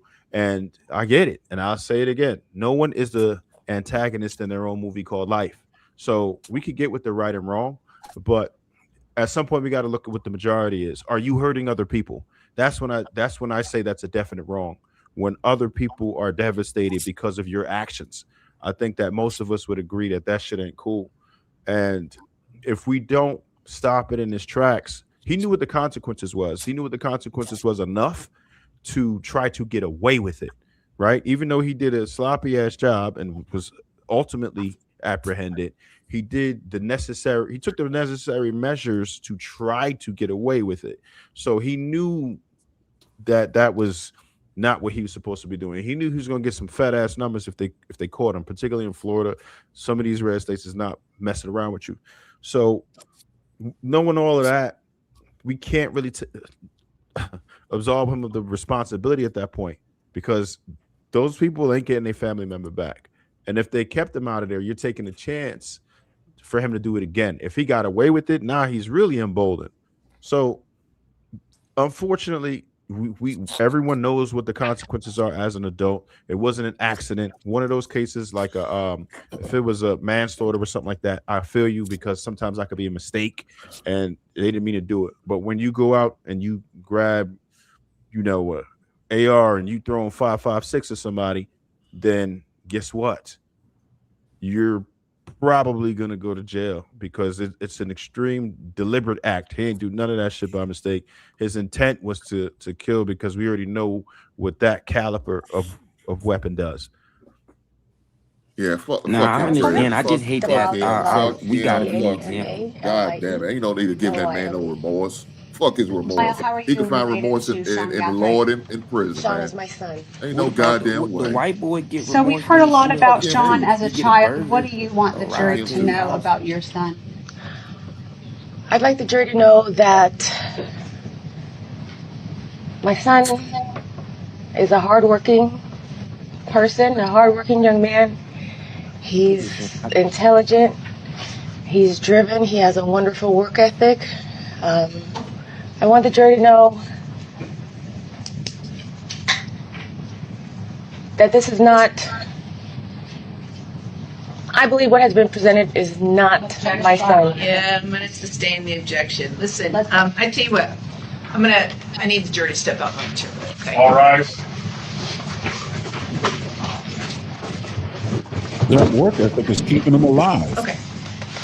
Okay, so Ms. Lyle, I just want to first acknowledge that I recognize this is very stressful for you and scary. I do. But the jury has determined your son's guilt. That issue's been settled, and we're not going to revisit that in front of the jury. So I just want to encourage you, with regards to your penalty phase testimony, the best thing you could do for your son is just express all of the wonderful characteristics about him, okay? And how deeply you love him and how deeply he's loved by his family. This is not the time to be readdressing any of the facts of this case. So All right, I just want to make sure that's clear, because I want to allow Ms. Finkelstein the chance to ask you the questions she wants to ask you and for you to relay this important information to the jury. But if we start going sideways into issues that are not pertinent to this phase of the trial, then the state's going to have to object, I'm going to have to rule, and then it just really, it lessens the impact, really. I just have one question. If I say, well, what I was going to say is, this is not the son that I know, is that that's a part fine. of the... That's fine. I think, and I think because you did testify previously in the co-defendant's case, I think just based upon that, I suspect the state's a little concerned that we're going to start heading down. And so just as long as we all understand what we're doing here, then it should be fine. Yeah, fuck him. Fuck him. Fuck him. And his making excuses for this bullshit, man. We got this part of our problem. We make excuses for this bullshit. The motherfucker didn't have no remorse. The man went out and partied for his sister's goddamn birthday. Ain't no remorse. You gonna have remorse now because they caught your dumb ass for doing your dumb ass crime. You didn't have no remorse. There was no remorse. I don't give a shit about what his mother had to say. Bitch, you failed your son. That's why he like this. That's why he's in this situation. Because you failed him. His goddamn weak-ass daddy failed him. You got a trash-ass bloodline, and you don't want to accept that goddamn shit. Fuck him. Let him die. Put the fucking needle in the fucking arm. Looks like this boy wasn't even a thug. That shit, man. We're wasting our taxpayers' money and time with this man. Fuck him. He don't need a second chance. What I need to have remorse. There was no remorse when he pulled that trigger. There was no. Okay, what about the war vets that come home and then they commit a crime because they messed up in the head? Now you talk about something else, dog? Nope. No, we not. No, we not. I don't. No. Stop it. Did they take a life? We talking about taking a life. See, you see how quick you changed that? See how quick you want to change your lenient? No. You said that he took somebody's life away. He pulled the trigger. He had no remorse. Well, guess what? It's a lot of war veterans that come back from war. They go into a flash episode and somebody gets done real gruesome. All right. You want to answer that question? I can answer it. I'm a war vet. So my thing is like, he don't want to answer that question. Everybody wants to sit here and try to play excuses the for righteous see, person. That's our problem, dog. We make No. excuses for this shit. The and that's why our community is so bad, because we'll let anybody in. We'll put the white flag out for anybody, and we'll make excuses for these motherfuckers. This is why we got to stop doing that. And if you're not down with the rules and regulations of the community, you don't need to be in our community. You start your new community for second chance, motherfuckers. It sounds like it's what you want, Romo. A community of second and third chances. Ain't no second and third chance. If you're not going to abide by the rules and regulations of my community, don't be in my community. Fuck you and start your own goddamn community. I ain't got time for this shit, man. I don't care who it is. If my goddamn son failed and do some shit, son, you gone. You done. You no longer part of this family. I'm sorry. I love you, but you can't be here. Because you're not doing right by the community.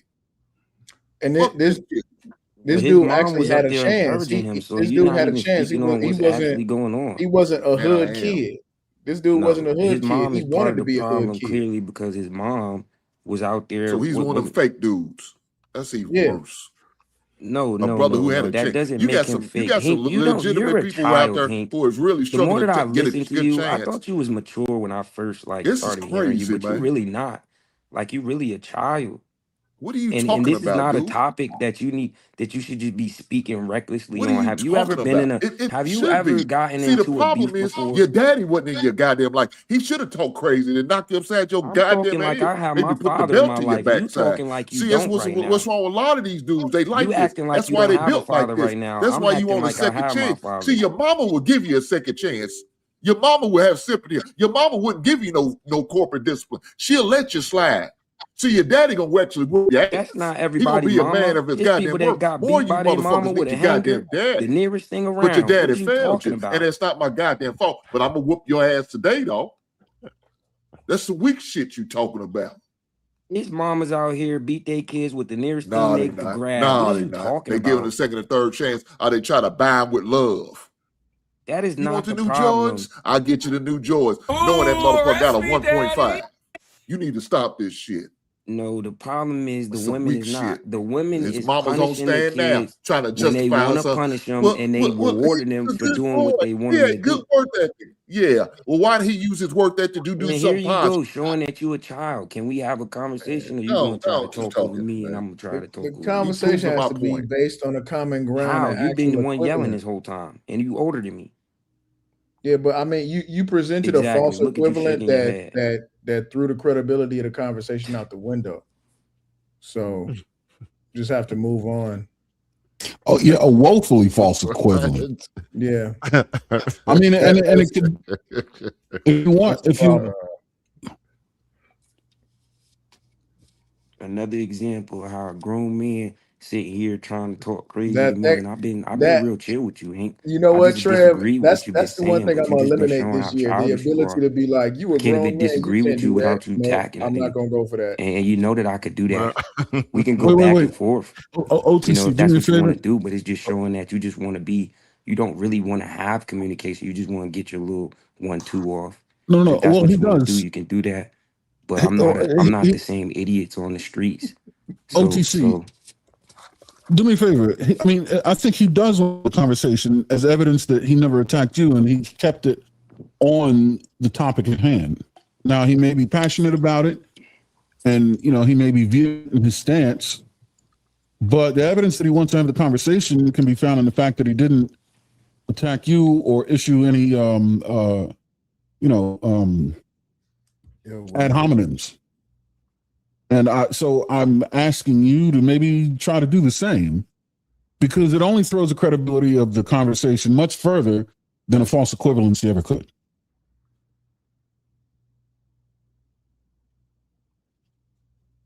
I don't fly planes. I fly helicopters. That one landed. And let me Marcus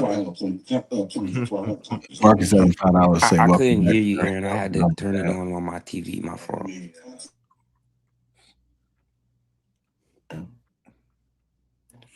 We can finish this on the back chat. I want to thank everybody for tuning in tonight. Make sure you hit that like button. Also, make sure you subscribe to the channel. See you guys on Thursday. Appreciate y'all love and support. All of the likes and everything that y'all contributed to today. Y'all be easy.